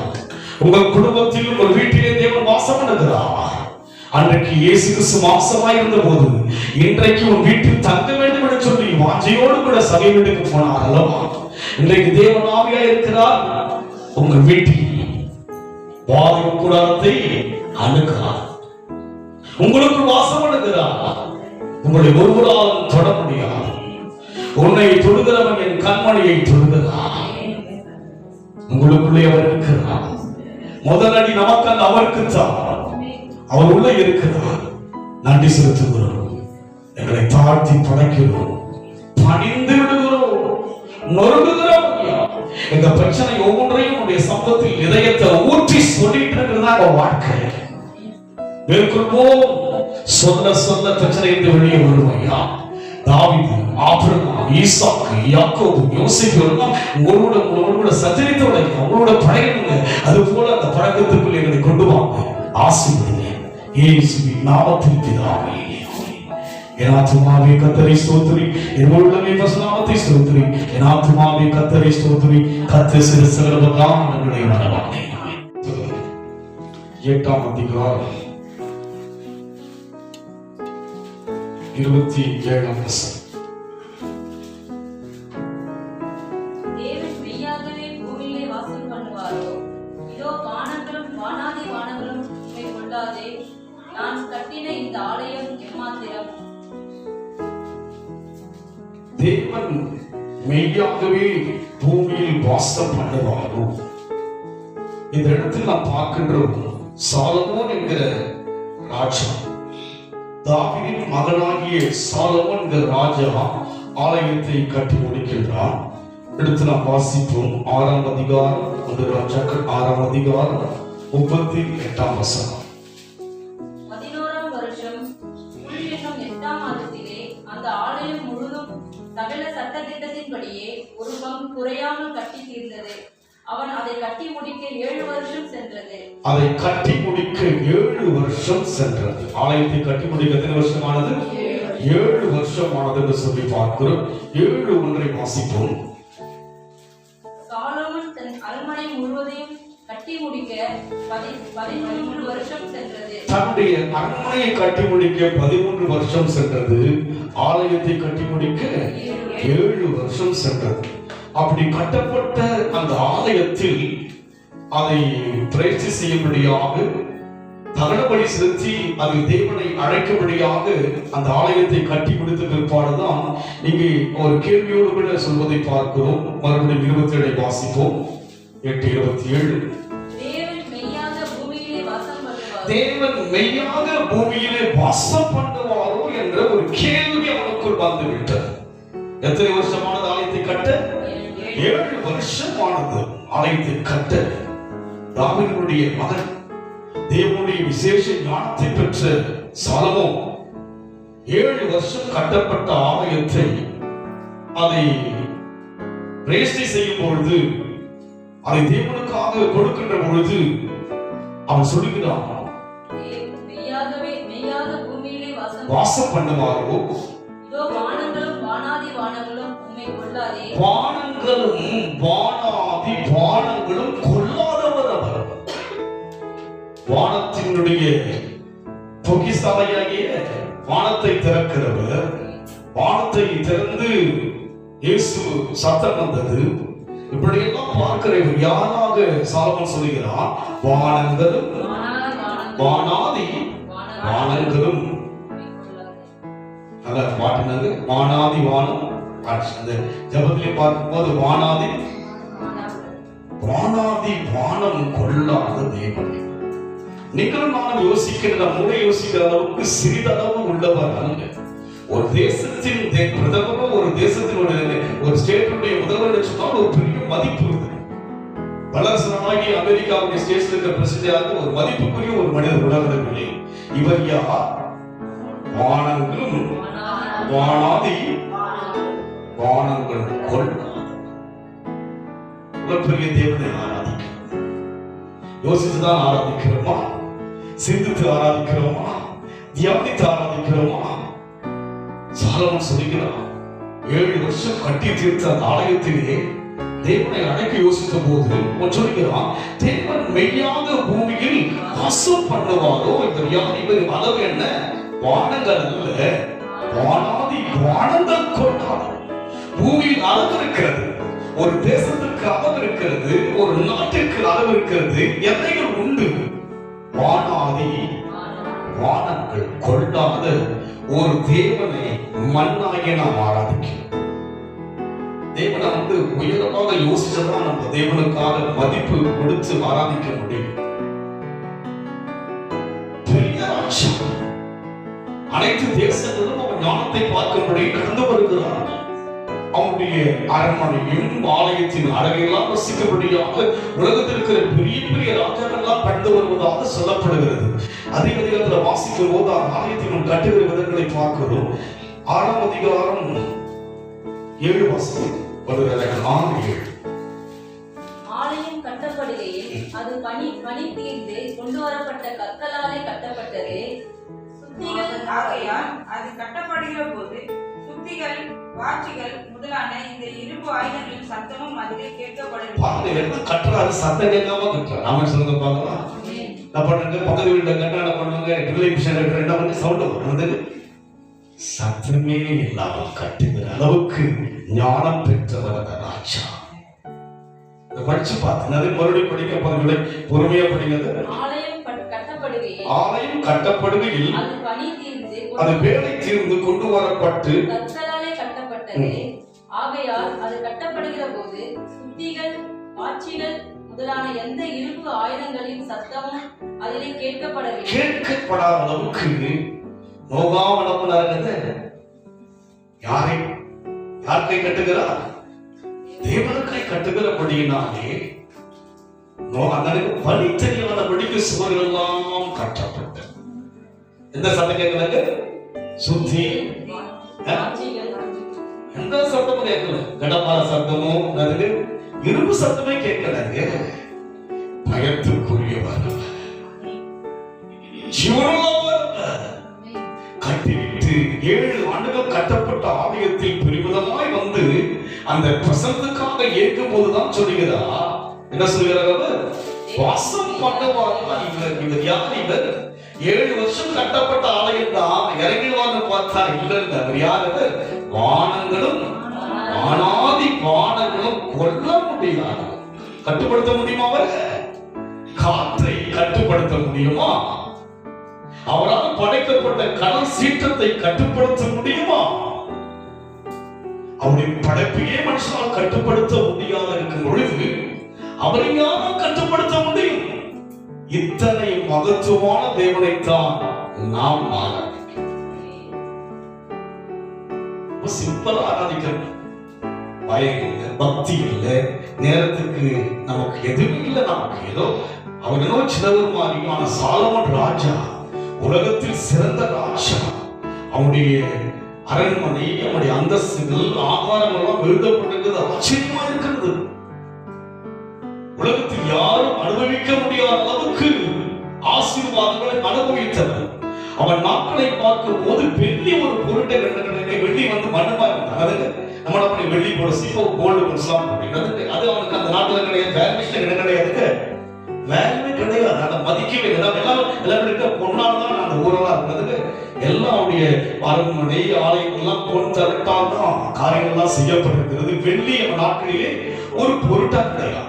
40 வருஷம் அவனுக்குள் சமாதானமும் சுகமும் இருந்தது. அதுக்கு ஒரு நலகத்துக்குள்ளே நான் படிச்சேன். 40 வருஷம் அவனாலும் அவன் தேசத்துல வந்து சமாதானம் சுகமா இருந்திருக்கான். அவனுக்கு மாத்திரம் வந்து அவன் மூலமாக சமாதானமாய் தேசம் இருந்தது. அந்த ராஜா மூலமாக எல்லோரும் சுகமா இருந்தாங்க. 40 வருஷம். இப்பேற்பட்ட ராஜா கட்டி முடித்த பிற்பாடு யோசிக்கிறான், வாசம் பண்ண வர முடியாது. நான் என்னவோ நினைச்சேன், 7 வருஷம் கட்டிட்டேன், பெருசா கட்டிட்டேன்னு நினைச்சேன். ஆனா ஆலயத்தை 7 வருஷம் கட்டினா அரண்மனை என்ன பண்ணாங்க? அப்ப கூட மைண்டுக்கு பிடிச்சு பார்த்தீங்கன்னா அவனுக்கு யோசித்து பாருங்க. இவ்வளவு பெரிய தேவன் தான். அதனால்தான் 13 வருஷம் கட்டினபடினால்தான் அவனுடைய ராஜ்யத்துக்கு பின்னால் அவன் மரித்த பிற்பாடு ராஜ்யம் 2ஆக பிரிக்கப்படுகிறது. யூத கோத்திரம் இஸ்ரவேல் பிரிக்கப்பட்டு விட்டது. வேதனைகள் வந்து விட்டது. காரணம் என்ன? ஆலயத்துக்கு 2 வருஷம், அரண்மனைக்கு நம்ம கூட வீட்டுக்காரையும் நிறைய பார்க்கணும். ஆண்டவர்காரையும் குறைவாதான் இருக்கு. ஞானிதான் யோசிச்சு 7 வருஷம் உங்களுக்கு, அவருக்கு 2 வருஷம். ஆனா அவங்க சொல்றாங்க, வானங்களும் வானாதி வானம் கொள்ளாத தேவன். அதனால் இன்றைக்கு நம் பாட்டில வந்து நீங்க ஆராதிக்கிற வந்து ரொம்ப சிம்பிளா நினைக்காதீங்க. இருதயம் வந்து கடவுளை எவ்வளவுக்கு எவ்வளவு மதிக்கிறோமோ அவ்வளவு கர்த்தர் நம்மை உயர்த்துவார். மதிப்பு கொடுக்கணும் தேவனுக்கு. அவன் சொல்லுகிறான், மறுபடியும் வாசிப்போம் 8ஆம் அதிகாரம். தேவன் மெய்யாக பூமியிலே வாசம் பண்ணுவாரோ, வானங்களும் வானாதி வானங்களும் உம்மை கொள்ளாதே. நான் கட்டின இந்த ஆலயம் எம்மாத்திரம் தனதுங்க விஸ்வத்தினதுங்க அது மாதிரி எம்மாத்திரம் இது. எத்தனை வருஷம் கட்டினா? 7 வருஷம் கட்டின ஆலயம். அங்கே கட்டப்பட்ட எந்த சத்தமும் இல்லாமல் கட்டப்பட்ட ஆலயம். அதுக்கு சுத்தி சவுண்ட் கூட கேட்கணும். அந்த லெவலுக்கு கட்டிட்டு எம்மாத்திரம் தள்ளப்பட்டாருங்க. எம்மாத்திரம், நான் தூண், நான் தூசி, நான் துருப்பு, நான் இருப்பு. அவன் 7 வருஷம் கட்டிட்டு சொல்றாங்க எம்மாத்திரம். உங்களை நான் நினைச்சேன் நாளைக்கு உள்ள கண்ட்ரோல் பண்ணி கொண்டு வரலாம் நினைச்சேன். இல்ல இல்லையா, வானங்களும் பூமி இல்லைங்க. பூமியில் பல மாற்றங்கள் இருக்கிறது. சமுத்திரம் இருக்கிறது, பர்வதங்கள் இருக்கிறது, நதிகள் இருக்கிறது. அதற்கு மத்தியிலே பூமி மனுஷன் வாழக்கூடிய இடங்கள் இருக்கிறது. ஆனால் வானங்கள் மாத்திரம் அல்ல, வானாதி வானாதி வானத்தை கொள்ள முடியாத தேவனை அழைக்கணும்னு பார்த்தாரு. சொல்லிட்டாரு எம்மாத்திரம். நீங்களும் நானும் ஆராதிப்பதற்கு நான் எம்மாத்திரம் பாடுறேன். எம்மாத்திரம் எவ்வளவு பெரிய தேவன் இவர். இந்திய நாட்டினுடைய பிரதமர் இவர். இல்லை, வானம் கொள்ளாதவர். வானங்களும் வானாதி வானம் திறக்கப்படுவதை பார்த்தோம். வானங்கள் திறக்கப்படுவதாக சேவனை பார்த்தோம். 3ஆம் வானத்தை யார் கண்டது? வரலாற்று பவுல் 3ஆம் வானத்தை கண்டார். ஆனால் சாலமோன் சொன்னான், இல்லையா, நீங்க எங்கே இருக்கிறீங்க? நீங்க எங்கே இருக்கிறீங்க? அவன் தான் எங்கே இருக்கிறார். என் நாமத்தில் எங்கே 2-3 பேர்கள் கூடியிருப்பீர்களோ, எங்கோ இருக்கிறவர் இங்கே இருக்கிறாரே. என்னை பார்க்க வந்திருக்கிறாரே. என் துதியிலே பிரியப்பட்டு இறங்கி வந்திருக்கிறாரே. நான் ஏமாத்திரம் யோசிப்பது உண்டா? வசனங்களை தியானித்து பார்க்கிறோம். வசனங்களை அது சாரம் புரியவில்லையே, அது ஆழம் தெரியவில்லையே. அறிவுக்கு எட்டாத அன்பை விலகிக் கொள்ள முடியும் என்று பவுல் சொல்கிறார். அவன் அறிவுக்கு அந்த பிரசனம் விலகின போது எட்டல சொல்லிட்டாரு. கடைசியில் எம்மாத்திரை. நான் பெரிய ராஜா நினைச்சேன், நான் எம்மாத்திரம். நம்மை விசாரிப்பதற்கு நான் ஏமாத்துகிறோம். தாவீது சொல்கிறார், மண் என்று நினைவு கூறுகிறேன். யாருன்னா மண். அதனால் இவர் எங்கே வாசம் பண்ணதோ ஆலயத்தில் வாசம் பண்ண முடியவில்லை. காரணம் என்ன? இவர் வாசம் பண்ணுவதற்கு இடம் கிடையாது. 7 வருஷம் கட்டப்பட்ட ஆலயம் அது ஒன்றும் அவ்வளவு பெருசா சலனுக்கு தோணல. ஏன்னா வானங்களையும் வானாதி கொள்ளாது.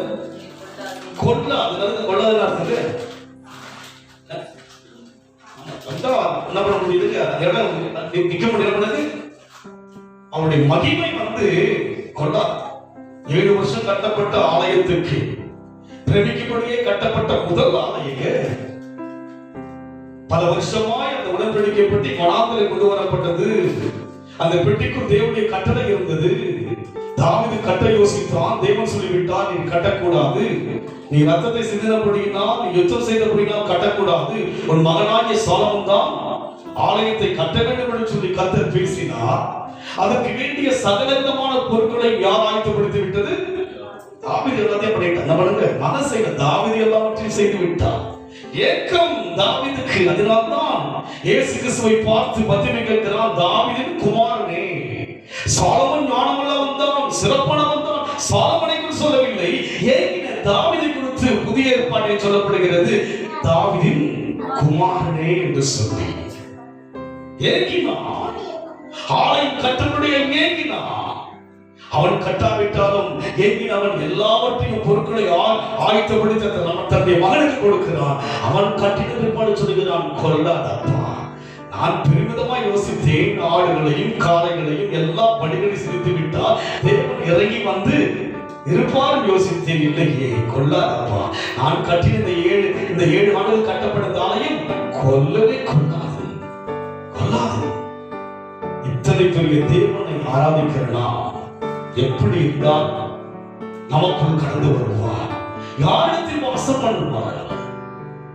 வானாதி வானம் கொள்ளாதவர் தான். எடுத்து நாம் வாசிப்போம். சங்கீத புத்தகம் 132 சங்கீதம் 14 வசனம்.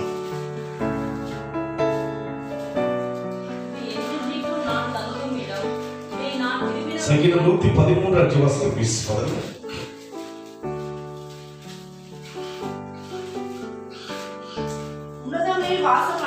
உன்னதங்களில் வாசம் பண்ணுகிற நம்முடைய தேவனாகிய கர்த்தர் சமமானவர் யார்? அவர் வானத்திலும் பூமியிலும் உள்ளவைகளை பார்க்கும்படி தம்மை தாழ்த்துகிறார். இத்தனை பெரிய தேவன் என்ன செய்கிறார்? தாழ்த்துகிறார். என்ன செய்கிறார்? இவர் ஆலயத்தை கட்டி பெருமிதம் கொண்டவனுக்கு எம்மாத்திரம் என்று அவனை தாழ்த்தி விட்டான். அவன் மாத்திரம் அல்ல, தேவனை தாழ்த்துகிறார். மறுபடியும் ஒரு வாசிங்கள்.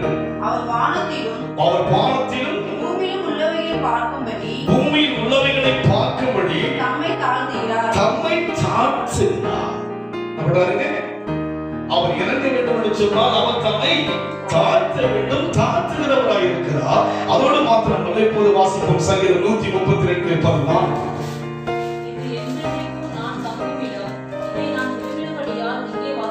பாருங்கள், அங்கே சாலமோன் கட்டின ஆலயத்தில் வாசம் கொள்ள முடியாது என்று சாலமோன் அறிக்கை செய்து விட்டார். ஆனால் சங்கீதத்தில் சொல்லுகிறார், நான் என்றென்றைக்கும் தங்குமிடம் விரும்பிட்டையா வாசம் பண்றேன். யாரை விரும்பிட்டாருங்க? உங்களை என்ன விரும்பிட்டாருங்க? தாவீது கதை அன்னைக்கு நடந்த கதை. இன்றைக்கு நம்ம கதைக்கு தான் தேவன் பேசுகிறார். இங்க அமர்ந்திருக்கிற உங்களுக்காக தான் இந்த கதை எழுதப்பட்டிருக்கிறது. கதை சொல்லுகிறது. நேரம் யாருக்காக செலவிடுகிற நேரம்? தேவனுக்காக. அவரோடு மாத்திரமல்ல, உங்களுக்காக தேவன் செலவிடுகிற நேரம் இது. அவரோடு செலவிடுகிற நேரம் ஒவ்வொன்றும் வீணாய் போகாதுங்க. அன்றைக்கு சாலமோன் பார்க்கிறான், வானாதி வானம் கொள்ளாத தேவன் தங்க முடியுமா என்று சொல்லி அவருக்குள் கேள்வி வந்து விட்டது. கூடாது, அவரால் கூடாது, தங்க முடியாது என்று அவர் அறிக்கை செய்து விட்டார். நான் கட்டின ஆலயம் அவர்தான் முடிச்சு போச்சு. அவருடைய வெளிப்பாடு பாருங்க, முடிந்து விட்டது. ஆனால் தேவன் வந்து பார்க்கும்போது தாழ்த்துகிறார். யார் அவர்? உன்னதங்களிலே வாசம் பண்ணுகிறவர். வானங்களும் வானங்களும் கொள்ள முடியாத தேவன் செய்கிறார். தாழ்த்துகிறார். செய்கிறார். பூமியானது ஒழுங்கின்மையும் வெறுமையும் இருந்த போது ஜாத்தியங்கள் யார் வந்தது? தேவாவின் அசைவாடினால் வெளிச்சம் உண்டாக்கடவுன்னு சொன்னா தாழ்த்துகிற தேவன் அவர். நாம் தான் நம்மை தாழ்த்துவதற்கு யோசிக்கிறோம். நம்மை விட்டுக் கொடுப்பதற்கு யோசிக்கிறோம். நம் வாழ்க்கையிலே தேவனுடைய சமூகத்தில் வார்த்தைகளுக்கு கீழ்ப்படுவதற்கு யோசிக்கிறோம். தேவன் தாழ்த்துகிறவர். தம்மை தாமே தாழ்த்தி வெறுமையாக்கி அடிமையாக எடுத்தார் இயேசு கிறிஸ்து. தாழ்த்தினார். எவ்வளவுக்கு எவ்வளவு தாழ்த்த வேண்டுமோ அவ்வளவா இயேசு கிறிஸ்து தன்னை தாழ்த்தினார். அவர் யார்? வானாதி வானங்களும் கொள்ளாத தேவன் மனுஷனாய் தன்னை தாழ்த்தினார். காரி துப்ப தாழ்த்தினார். கன்னத்தில் அறைய தாழ்த்தினார். ஈட்டியும் குத்த தாழ்த்தினார். ஜீவனை விட தாழ்த்தினார். அப்படியெல்லாம் தாழ்த்தினபடினால்தான் தேவன் அவரை உயர்த்தினார். தேவன் தாழ்த்துகிறார். நாமோ யோசிக்கிறோம். ஆண்டவர் காரியங்களுக்கு பல நேரம் யோசிக்கிறோம். மற்ற காரியங்கள் யோசிக்காமல் செய்கிறோம். தேவ காரியம் என்று சொன்னால் யோசிக்கிறோம். நேரத்தை யோசிக்கிறோம், காலத்தை யோசிக்கிறோம். நம்முடைய பார்த்தீங்கன்னா ஒரு வீட்டுக்கு பிரேயர் கொடுத்தாங்க. குழந்தைக்கு சாப்பாடு கொடுத்து ஒரு பிரேயர். அது குழந்தைக்கு சரி நல்லதான போயிட்டு என்ன பண்ணேன், 10 மணிக்கு நான் 30 போயிட்டேன். அங்கே போன பிற்பாடு லேட் ஆகிடுச்சு. 10 லேட் ஆகிடுச்சு. அந்த குழந்தைய அப்பா 10 ஆயிடுச்சு ஊட்டிடலாம் அது 10.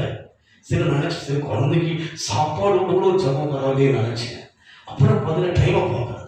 ஒய்ஃப் வந்து கீழே படிக்கிட்டு நடந்துட்டு வருது. அந்த பிள்ளை சீக்கிரமா ஃபர்ஸ்ட் ஜபம் பண்ணிடுங்க. 10 நான் ஊட்டிடலாம் முன்னாடி இருந்தது.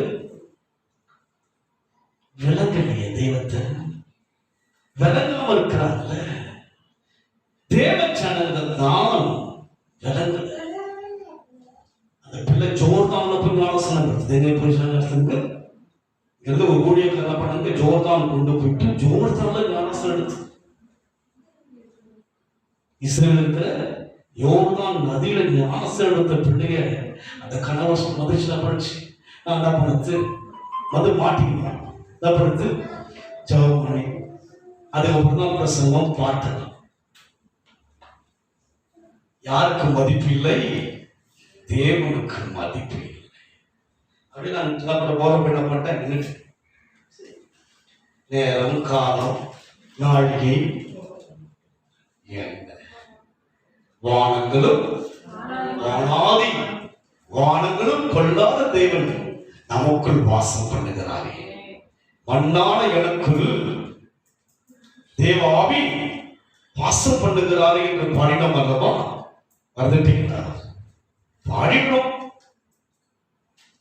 நான் கத்தி பாருங்க கத்தாம பாடுறேன், அவ்வளவுதான். இத்தனை மகத்துவம் உள்ள பதவியா இப்புழுக்களுக்கா? உலக பதவியை நமக்கு வானாதி வானங்களும் வானாதி வானங்களும் கொள்ளாத தேவனை வழிபடுகிற ஒரு பதவியை நமக்கு கொடுத்திருக்கிறார். பிஎம் பதவி கூட பெருசு கிடையாது. ஆமென் சொல்லுங்க. பயப்படுறீங்களா? ஆராய்ந்து பார்த்தா நாம் தான் விசேஷமானது. தெரியல, இந்த சீரை பெற்றவர்கள் உலகத்தில் பாக்கியம் உள்ளவர்கள், ஆசீர்வதிக்கப்பட்டவர்கள். இந்த நாமத்தை உச்சரிக்கிறவர்கள் ஆசீர்வதிக்கப்பட்டவர்கள். இந்த நாமத்தை தோது கொள்வர்கள் விசேஷமானவர்கள். இதன்படி நடக்கிறவர்கள் விசேஷத்திலும் விசேஷமானவர்கள். அதனால் இங்கே பார்க்கிறோம், உணர்த்துகிறார், தாழ்த்துகிறார், இரண்டாவது விரும்புகிறார். நாம் செய்கிறோமா? வானங்களும் வானாதி வானம் கொள்ளாத தேவன் என்ன செய்கிறார்? தாழ்த்துகிறார். இரண்டாவது எதுவரைக்கும் விரும்புகிறார்? என்றென்றைக்கும் விரும்புகிறார். நம்ம என்ன பண்றீங்க? ஆடி வந்துச்சுங்களா? ஆடி முன்வாசியம் அப்படி தொட்டு என்ன பண்ணுங்க, நம்ம அந்த அந்த பழைய பாணியத்துல தொட்டு நம்ம என்ன பண்ணுவாங்க? எங்கடா போனா ரசிக்க பண்ணி அது போல பண்ணி போன மாடுவர தொட்டு சண்டே ஒன்னா பண்ணுங்க தொட்டுக்கோ. இவ்வளவு பெரிய தேவன் தாழ்த்தி வந்து விட்டார், விரும்பிட்டார். யாரை விரும்பிட்டாருங்க? சொல்லுங்களேன். என்னை விரும்பி விட்டார். என்னை யார் விரும்புகிறார்கள் இல்லையோ என்னை இயேசு விரும்பி விட்டார். உங்களை யார் விரும்புகிறார்கள் இல்லையோ இயேசு உங்களை விரும்பி விட்டார். அந்த பெண்டிகஸ் சர்ச்சுக்கு நான் முதல் முறை போகும்போது கண்ணெல்லாம் கோவப்படுற மாதிரி இதுல வந்து ஒரு கண்ணு வச்சு ஒரு பணி தகதகன்னு டான்ஸ் ஆடுறது அதை போட்டு போயிட்டு அந்த சின்ன மாதிரி ஒரு பெருசு ஒரு கண்ணு இருக்குது. கண்ணு ரெண்டு பார்க்க எங்கன்னு எனக்கு காட்டுல வர மாதிரி இருக்குது. அது எல்லாம் பெண்டிகஸ் சர்ச் உள்ள போறேன், எல்லாம் பார்க்கறாங்க. என்னடா கண்ணு படிச்சு ரெட்டா இருக்குது, இங்க ஒரு கண்ணு, இங்க 3 கண்ணா போடுது. யாருங்க? அங்குதான் என்னை கண்டார் தேவன். என்னை மாற்றினார், என்னை மாற்றினார், என்னை மாற்றினார். ஒரு ஊழியனா என்னை மாற்றினார், தாழ்த்தினார். கொடுமையான எனக்காய் தேவன் தாழ்த்தினார், என்னை விரும்பினார். இதுவரைக்கும் விரும்பிக் கொண்டிருக்கிறார். என்னை எவ்வளவோ வெறுத்திருக்கலாம், வெறுக்கப்பட்டிருக்கலாம். இன்றைக்கு வரைக்கும் என்னை விரும்புகிறவர் இயேசு ஒருவர் தான். இயேசு ஒருவர் தான் விரும்புகிறார். வேறு யாரும் அந்த இடத்துக்கு வரவே முடியாது. நான் பார்த்து விட்டேன். என் தாய், என் தகப்பன், என் சகோதரிகள், என் மனைவி, என் பிள்ளைகள், பேர பிள்ளைகள் எல்லாம் இயேசு என்னை விரும்புகிறார், என்றைக்கு விரும்புகிறார், தள்ளவே மாட்டார். 3 முறை மறுதலித்த பேதுருவை கூட அவர் தள்ளவே இல்லை. முகத்தை பார்த்து மனம் கசந்தார். அதுபோல் இன்றைக்கு ஒன்று நமக்காக தேவன் தாழ்த்துகிறார். யார் அவர்? வானங்களும் கொள்ளாத தேவன் தாழ்த்துகிறார். இரண்டாவது விரும்புகிறார். எதுவரைக்கும் விரும்புகிறார்? என்றைக்கு விரும்புகிறார். அவர் விரும்பவும் அவர் நம்மிடத்திலே வாழ வேண்டும் என்று சொன்னால் நாம் என்ன செய்ய வேண்டும்? அதை சொல்லி முடிக்கும்படி எடுத்து நாம் வாசிப்போம். ஏசாயா புத்தகம் 57ஆம் அதிகாரம் 15ஆம் வசனம். ஏசாயா புத்தகம் 57ஆம் அதிகாரம் 15ஆம் வசனம். நித்திய வாசியம் பரிசுத்தர் என்கிற நாமமுள்ளவருமாகிய இவர் யார்? நித்திய வாசியம், நித்தியம். இவருக்கு முட்டினெல்லாம் கிடையாதுங்க. கிறிஸ்துவுக்கு முன்னும் இவர் தான், கிறிஸ்துவுக்கு பின்னும் இவர் தான், இருந்தவரும் இவர் தான், இருக்கிறவரும் இவர் தான், வருகிறவரும் இவர் தான், ஆதியும் இவர் தான், அந்தமும் இவர் தான், முந்தினவரும் இவர் தான், பிந்தினவரும் இவர் தான். அதோடு மாத்திரமல்ல, இவர் யார்? நித்திய வாசியும் பரிசுத்தரும் என்கிற நாமம் உள்ளவருமாகிய மகத்துவமும் உன்னதமானவர் சொல்கிறார். நாமத்தை எப்படிலாம் வர்ணிக்கிறார் பாருங்க. ஒன்று நித்தியவாசி, இரண்டாவது பரிசுத்த, மூன்றாவது மகத்துவம் உள்ளவர், உன்னதமானவர் சொல்கிறார். உன்னதத்திலும் பரிசுத்த ஸ்தலத்திலும் வாசம் பண்ணுகிற நான் எங்க இருக்கிறாருங்க? உன்னதத்தில் இருக்கிறார். நம்ம பார்த்தோம் அல்லவா? உன்னதத்தில் வாசம் பண்ணுகிற செய்கிறார். தாழ்த்தி வந்தார். சாலமோன் சொன்னார், வானங்களும் வானாதி வானங்களும் கொள்ளாதவர்கள் சொன்னார். அதைதான் நீங்க சொல்லுங்க, நான் உன்னதத்தில் இருக்கிறேன். யார் நானு? நான் மகத்துவம் உள்ளவர், நித்தியவாசி, பரிசுத்த, உன்னதமானவர். படிக்கமா? பரிசுத்த ஸ்தலத்திலும் வாசம் பண்ணுகிற நான் பணிந்தவர்களின் ஆவியை உயிர்ப்பிக்கிறதற்கு. பணிந்தவர்களின் ஆவியை என்ன பண்ணுங்க? பணிவு வரணும். பணிவு சொல்லுங்க. பணி திருஷ்டாந்தமா தங்களை ஒப்பு கொடுப்பாங்க. யாரு? ஒரே பண்ண பணிந்தார், தேவனை பணிந்தார். இத்தனை மகத்துவமான தேவன் யாருக்கு வருகிறார்? பணிந்த. படிக்க. பணிந்தவர்களின் ஆவியை உயிர்ப்பிக்கிற பணிந்து வந்து விட வேண்டாங்க. அந்த வானாதி வானம் கொள்ளாத தேவனை வந்து என் கையில கொண்டு வரணும்னா என்ன பண்ணுங்க? பணிஞ்சு சரண்ட. உன் பிரச்சனை எல்லாவற்றையும் ஒரு இடத்துல கொடுத்து விடுங்கள். பணிஞ்சு பணிந்து விட வேண்டும். சிலுவை பணிந்தார், அடிக்க பணிந்தார், அவமானப்படுத்த பணிந்தார், காற்றையும் கடலையும் அமைதிப்படுத்தின வல்லமையுள்ள தேவன், மகத்துவமான தேவன் குட்ட பணிந்தார், இனிமாய் பேச பணிந்தார். காரணம் என்ன? நாம் வெற்றி சிறக்க. அவர் வெற்றி சிறந்தால் யார் வெற்றி சிறக்க முடியும்? பணிந்தார். அது போல நமக்கு பணிந்து ஆண்டவர் அதை மீறி ஒண்ணும் கிடையாது. அதுதான் பணி. அதை விட ஒண்ணும் கிடையாது. அதை விட ஒண்ணும் கிடையாது. எனக்கு தெரிந்த ஒரு உறவினர், அவர் வந்து பார்த்தா இங்க ஒரு பெரிய ஒரு புக் ஷாப். அங்க எனக்கு நான் பல பேட்டி ஒர்க் பண்ணும்போது எனக்கு அந்த ஆர்டர் கொடுப்பாரு. லேடிஸ் மேடம் தான் அந்த ஓனர். அப்போ வந்து நான் அந்த அம்மா பார்த்து அப்படியே பணிச்சிருக்கேன். அம்மா சொல்லுமா பணியும் போது வேலையெல்லாம் கொடுப்பாங்க. அம்மான்னு சொன்னா இப்போ இருந்த அம்மா சொன்ன மாதிரி இருக்கு, பணிந்தா எல்லாம் முடிஞ்சிடும். ஒரு மனுஷன்கிட்ட பணிஞ்சாலே முடியுது இல்லை. இப்போ வந்து இருக்கிற முதல்வர் யாரும் பணியக்கூடாது. படம் யாரும் ஒரு மனுஷன்கிட்ட பணியும் பொழுது எப்படின்னு சொன்னா, இங்க சொல்லுகிற பணிந்த ஆவி என்ன செய்கிறாரா? உயிர்ப்பிக்கிறார். உங்க பிரச்சனையா யார்கிட்ட சொல்லணும்? உங்களதாங்க மலை போல யாரு? அவர்தான். அவர்தான் கண்மலை. மனசு ஊத்துங்க. அண்ணால் சொல்லி சொல்லி பார்த்தான். யார்கிட்ட? தன் கணவனாகிய எல்கானா சொல்லி சொல்லி பார்த்தா குழந்தையே இல்லை. இன்னொரு மனைவி குழந்தை வச்சுட்டு கடைசி யார்கிட்ட சொல்ல வந்தா? ஆலயத்துல வந்து ஊத்திட்டாங்க. அருமையான சாமுவேலை கொடுத்தார். சாமுவேலை கத்தருக்கு கொடுத்த பிற்பாடு 5 பிள்ளைகளை கத்தர் கொடுத்தார். சாமுவேல் பெயரை கத்தர் உயர்த்தினார். தான் முதல் பெயர்சபா வரைக்கும் அவனுடைய பெயர் பிரபலமானது. அவனை போல தீர்க்கதரிசி ஒருவரும் இல்லை என்று வேதம் சொல்கிறது. அது போல பணிந்து உங்கள் பிரச்சனைகளை யாருக்கு சொல்ல வேண்டும்? தேவ சமூகத்தில் சொல்ல. எதுக்காக உலகத்தில் சொல்ல வேண்டும்? உறவு கிட்டத்துக்கு சொல்ல வேண்டும். நான் ஒரு காரணத்தை சொல்லிட்டு இருக்கிறேன். யாருக்கும் சொல்லணும் சொன்னீங்கன்னா நீங்க கஷ்டமாட்டீங்க. அவர்கிட்ட சொல்லிட்டே இருக்கிறேன். பெரிய ஒரு காரியத்துல கூட அவர்கிட்ட சொல்லிட்டு இருக்கிறேன். உங்கள்கிட்ட சொன்னீங்கன்னா நான் தான் வித்தியாசமான ஒரு காரியம், என் அறிவுக்கு என்னுடைய அந்தஸ்துக்கு எட்டாத ஒரு காரியம் அவர்கிட்ட சொல்லிட்டு இருக்கு. டெய்லி சொல்லிட்டு அதை பண்ண என்கிட்ட சொல்லிட்டே இருக்கு.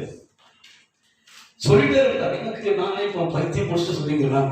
அதுக்கு கிரகிக்க முடியாத காரியத்தை அவர் செய்வாருங்க.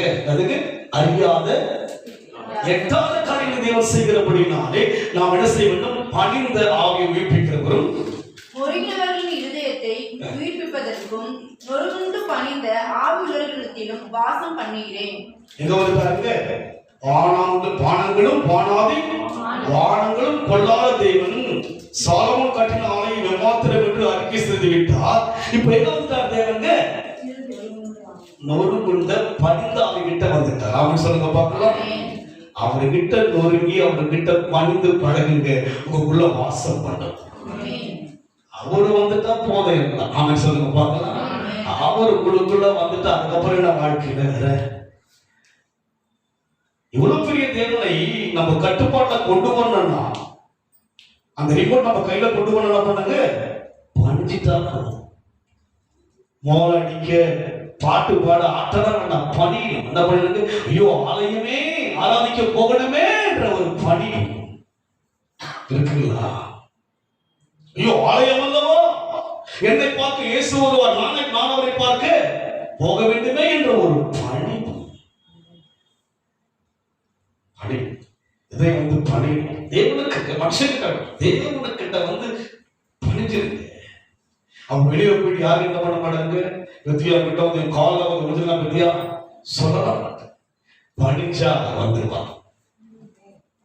எவ்வளவு பெரிய தேவன்! வானங்களும் சொல்லுங்க. நான் 10 முறை சொல்றேன், நீங்க ஒரு முறை சொல்ல மாட்டீங்களே. அப்பதான் அதனுடைய மெஜஸ்டிக் தெரியும், அப்பதான் அவருடைய வேல்யூஷன் தெரியும் நமக்கு. அவர் வந்து வாசம் பண்ணணும்னா சிம்பிளா பணிந்து நொறுங்கின அவருடைய உடைக்கணும். மனச உடைங்க, நீங்க இதயத்தை உடைங்க. இதயம் வந்து அப்பளம் உடையணும். நொறுங்குண்டதும் நறுங்குண்டதுமான இதயத்தை புறக்கணிங்க என்று சொல்லி பார்க்கணும். இன்றைக்கு இந்த அனுபவத்தில் மறுபடியும் இப்ப கொடுக்க வேண்டும். இந்த பணிவு என்கிற ஒரு சூழ்நிலை நம்ம வாழ்க்கை வரும்போது எல்லாம் செய்யும். அவர் நம்பிக்கை கிடையாது. இந்த பணிவு வந்து விட்டா அவருக்கு தான் வாழ்க்கை தெரிஞ்சுக்க புரியாம என்ன பண்றது? இதெல்லாம் வந்து நம்ம வாழ்க்கை வந்து வந்துடுச்சுன்னா நெக்ஸ்ட் ஸ்டெப்ஸ் தான் பண்ணது. அந்த பணிவு அவர் தான் வாழ்க்கை, அவர் வேற எனக்கு கிடையாது. அந்த பணிவுக்குள்ளா போயிட்டுன்னா ஆட்டோமேட்டிக்கா அவருக்கு என்ன பிரியமோ, அவருக்கு எதுவெல்லாம் விருப்பமோ அதெல்லாம் நம்ம வாழ்க்கையை செஞ்சுக்கிட்டே போகும். அவர் வாசம் பண்ணிட்டாருன்னா நீங்கள் செய்வதெல்லாம் வாழ்க்கை முடிஞ்சு போச்சு. அவர் கொண்டு வருவதற்கு ஒரே ரகசியம் என்ன? சிதம்பர ரகசியம் என்ன? சொல்லுங்க. சொல்ல மாட்டேங்க. நாங்க படிச்சுதான் இருக்கோம். சொல்றீங்களா? படிங்க. காலை எழுந்து பணிவிட நடக்குது. ஐயா, எப்பெல்லாம் என்னை காத்தீரே, என் பிள்ளையை காத்தீரே, என் கணவரை காத்தீர், என் மனைவியை காத்தீர், என் போக்கை காத்தீர், என் வரவை காத்தீர், தூங்காமல் காத்தீரே, உறங்காமல் காத்தீரே, இப்படி எல்லாம் சொல்லி சொல்லி அவர் சமூகத்தில் பணியும் போது அவர் வாசம் பண்ணுவார்.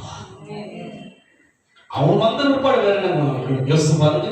அவர் வந்து விட்டால் போதும், நமக்கு அனுதினமும் தேவை என்னவா எல்லாம் தேவன் சந்திப்பார். அந்த நாளுக்கு என்ன தேவையோ தேவன் சந்திப்பாருங்க. சுகத்தோடு இருப்பீங்க, பலத்தோடு இருப்பீங்க, ஆரோக்கியத்தோடு இருப்பீங்க, நல்லா சாப்பிடுங்க, நல்லா உடைய இருக்கும், நல்ல ஒரு உறக்கம் இருக்க, எல்லாமே இருக்கும். அந்த நாளுக்குரியது எல்லாமே நடக்கும். இத்தனை பெரிய தேவனை சாலமோனால் கண்டுபிடிக்க முடியவில்லை. கட்டி பார்த்து விட்டு பெருமூச்சு விட்டு என்ன செய்கிறார்? மாத்திரம் இல்லையா, நான் பணிந்து விட்டால் அவரை அழைத்து விடுவேன், எனக்குள்ளே அவரை ரசிப்பேன். துள்ளுதையா நாம் உள்ள இயேசு இருந்தது. நான் துதிச்சேன், நான் உள்ளம் துள்ளம். இயேசு இல்லாம துதிச்சா மூச்சுதான் வாங்கும். பாடல பார்த்தீங்களா? மூச்சு வானது உள்ள போகலாம் வலிக்குதான், ஆனா மனசு வந்து சந்தோஷமா இருக்கு. எலும்பெல்லாம் வலிக்குது, எலும்பெல்லாம் வந்தது. அது ஒரு 3 பாட்டு, அதுக்கப்புறம் ஒரு 3 பாட்டு. நீங்க ஒரு பாட்டுக்கு என்ன பண்றீங்க? நீங்க 58 வயசு ஆயிடுச்சு.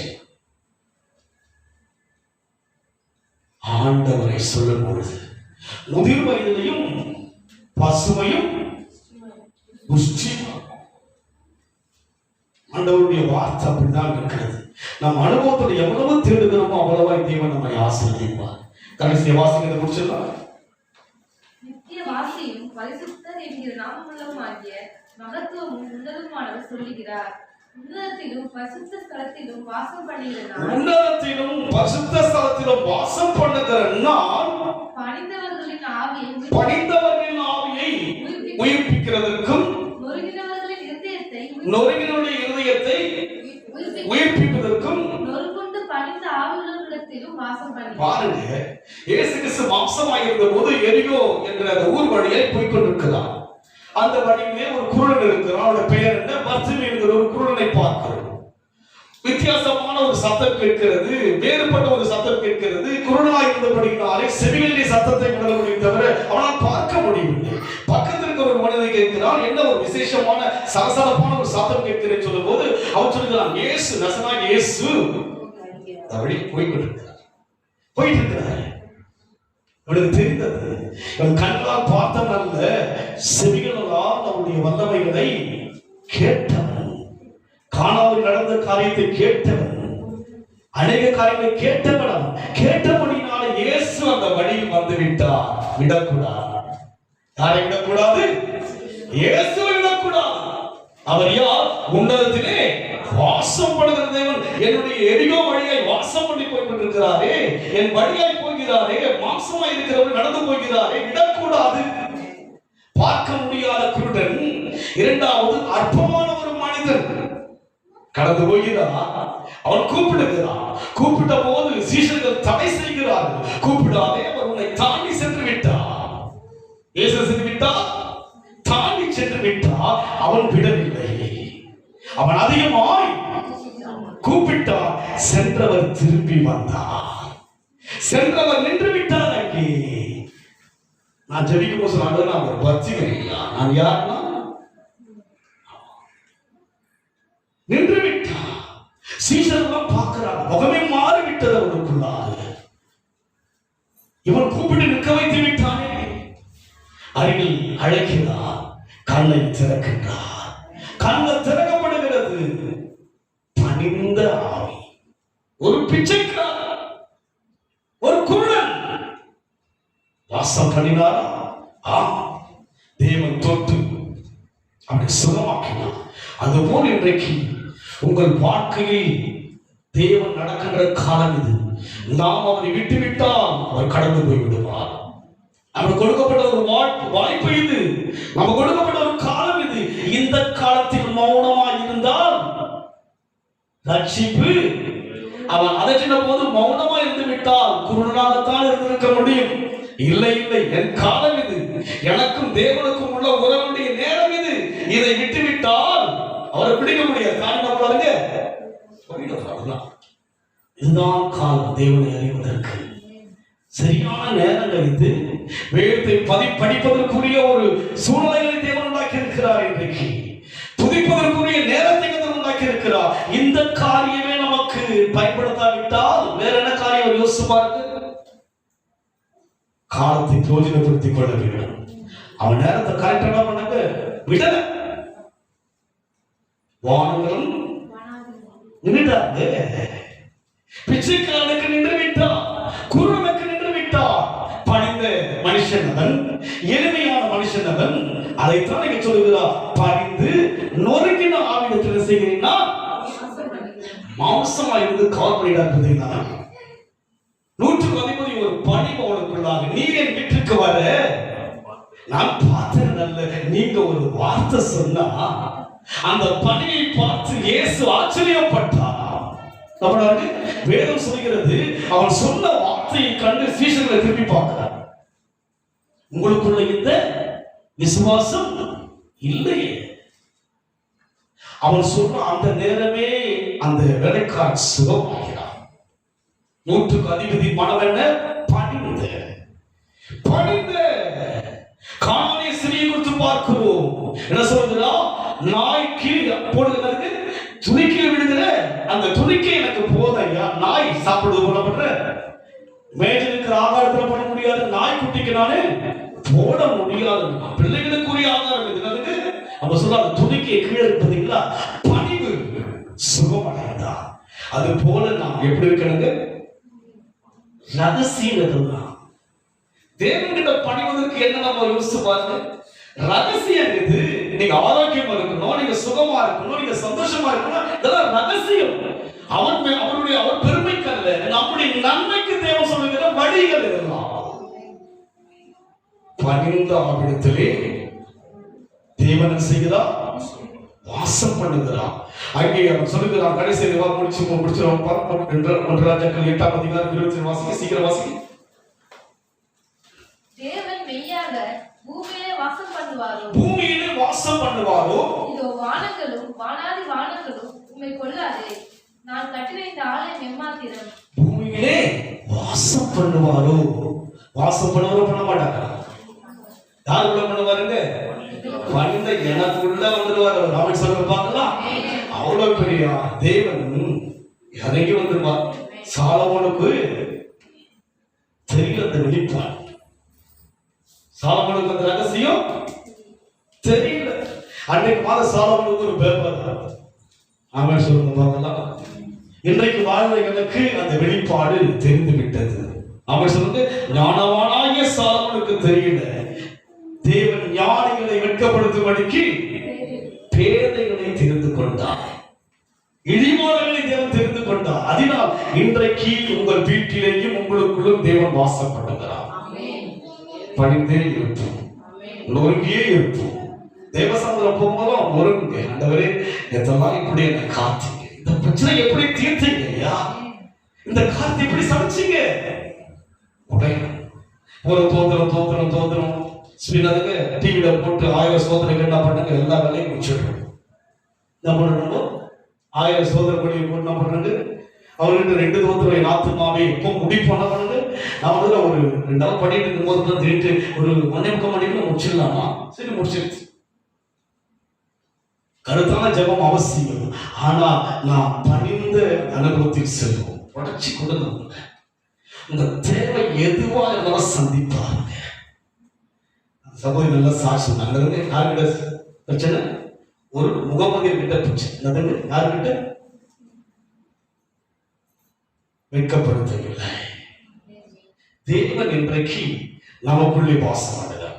உங்க வீட்டுக்குள்ள யார் இருக்கிறா? தேவன் இருக்கிறார். உங்களுக்குள் யார் இருக்கிறா? இவர் யார்? இவர் வானங்களும் பெரியவர் இருக்கிறார். ராமன் சொல்லுங்க, உலகத்தில் இருப்பவனை பார்க்கிலும் பெரியவர். இதுக்கு மேல நான் உங்களுக்கு துழுதையா? யார் மனசுல துழுது? சொல்ல மாட்டேன். எரிதா? ஆண்டவர் வசனமா தேடுங்க. தேனை சாப்பிட்டா எப்படி இருக்கும் முகம்? உங்களுக்கு எப்படி இருக்கும்? சொல்லுங்க. ஒரு மகிழ்ச்சியா இல்லைங்களா? ஒரு புளிப்பை சாப்பிட்டா முகம் ரியாக்ஷன் இருக்கும்.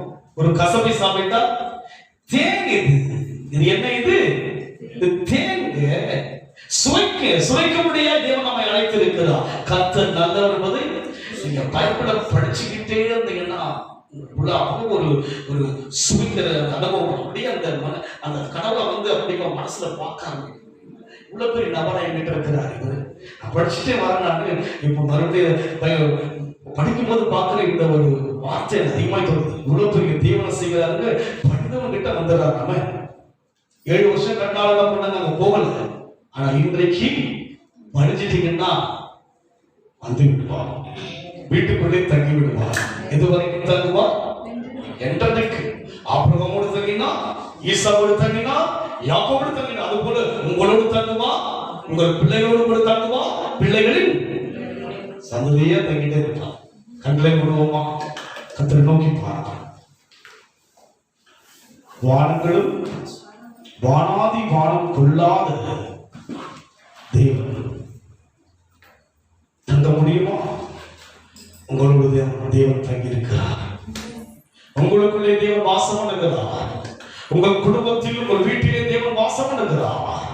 அன்றைக்கு இயேசு கிறிஸ்து மாம்சமாய் இருந்த போது இன்றைக்கு உன் வீட்டில் தங்க வேண்டும் என்று சொல்லி வாஞ்சையோடு கூட சபை வீட்டுக்கு போனார் அல்லவா? இன்றைக்கு தேவன் ஆவியா இருக்கிறார். உங்கள் வீட்டில் வாதையும் கூடாரத்தை அணுகிறார். உங்களுக்குள் வாசம் பண்ணுகிறார். உங்களை ஒருவராலும் தொட முடியாது. உன்னை தொடுகிறவன் என் கண்மணியை தொடுகிறார். உங்களுக்குள்ளே அவர் இருக்கிறார். முதல் அடி நமக்கு அந்த அவருக்குத்தான். அவர் உள்ளே இருக்கிறார். நன்றி செலுத்துகிறோம். எங்களை தாழ்த்தி படைக்கிறோம், பணிந்து விடுகிறோம், நொறுங்குகிறோம். எங்க பிரச்சனை ஒவ்வொன்றையும் உடைய சம்பத்தில் இதயத்தை ஊற்றி சொல்லிட்டு இருக்கிறதா வாழ்க்கை. மேற்கொள்வோம். சொல்ல சொல்ல பிரச்சனை இருந்து வெளியே வரும் ஐயா. தாவீது, ஆபிரகாம், ஈசாக்கு, யாக்கோபு, யோசேப்பு எல்லாம் உங்களோட சஞ்சரித்தவங்க, உங்களோட பழகினவங்க. அது போல அந்த பழக்கத்துக்குள் எங்களை கொண்டு வாங்க, ஆசீர்வதிங்க. இயேசுவின் நாமத்தில் பிதாவே. என் ஆத்துமாவே கர்த்தரை ஸ்தோத்திரி, என் முழு உள்ளமே நாமத்தை ஸ்தோத்திரி. என் ஆத்துமாவே கர்த்தரை ஸ்தோத்திரி. கர்த்தர் சிறு சகல உபகாரங்களை மறவாதே.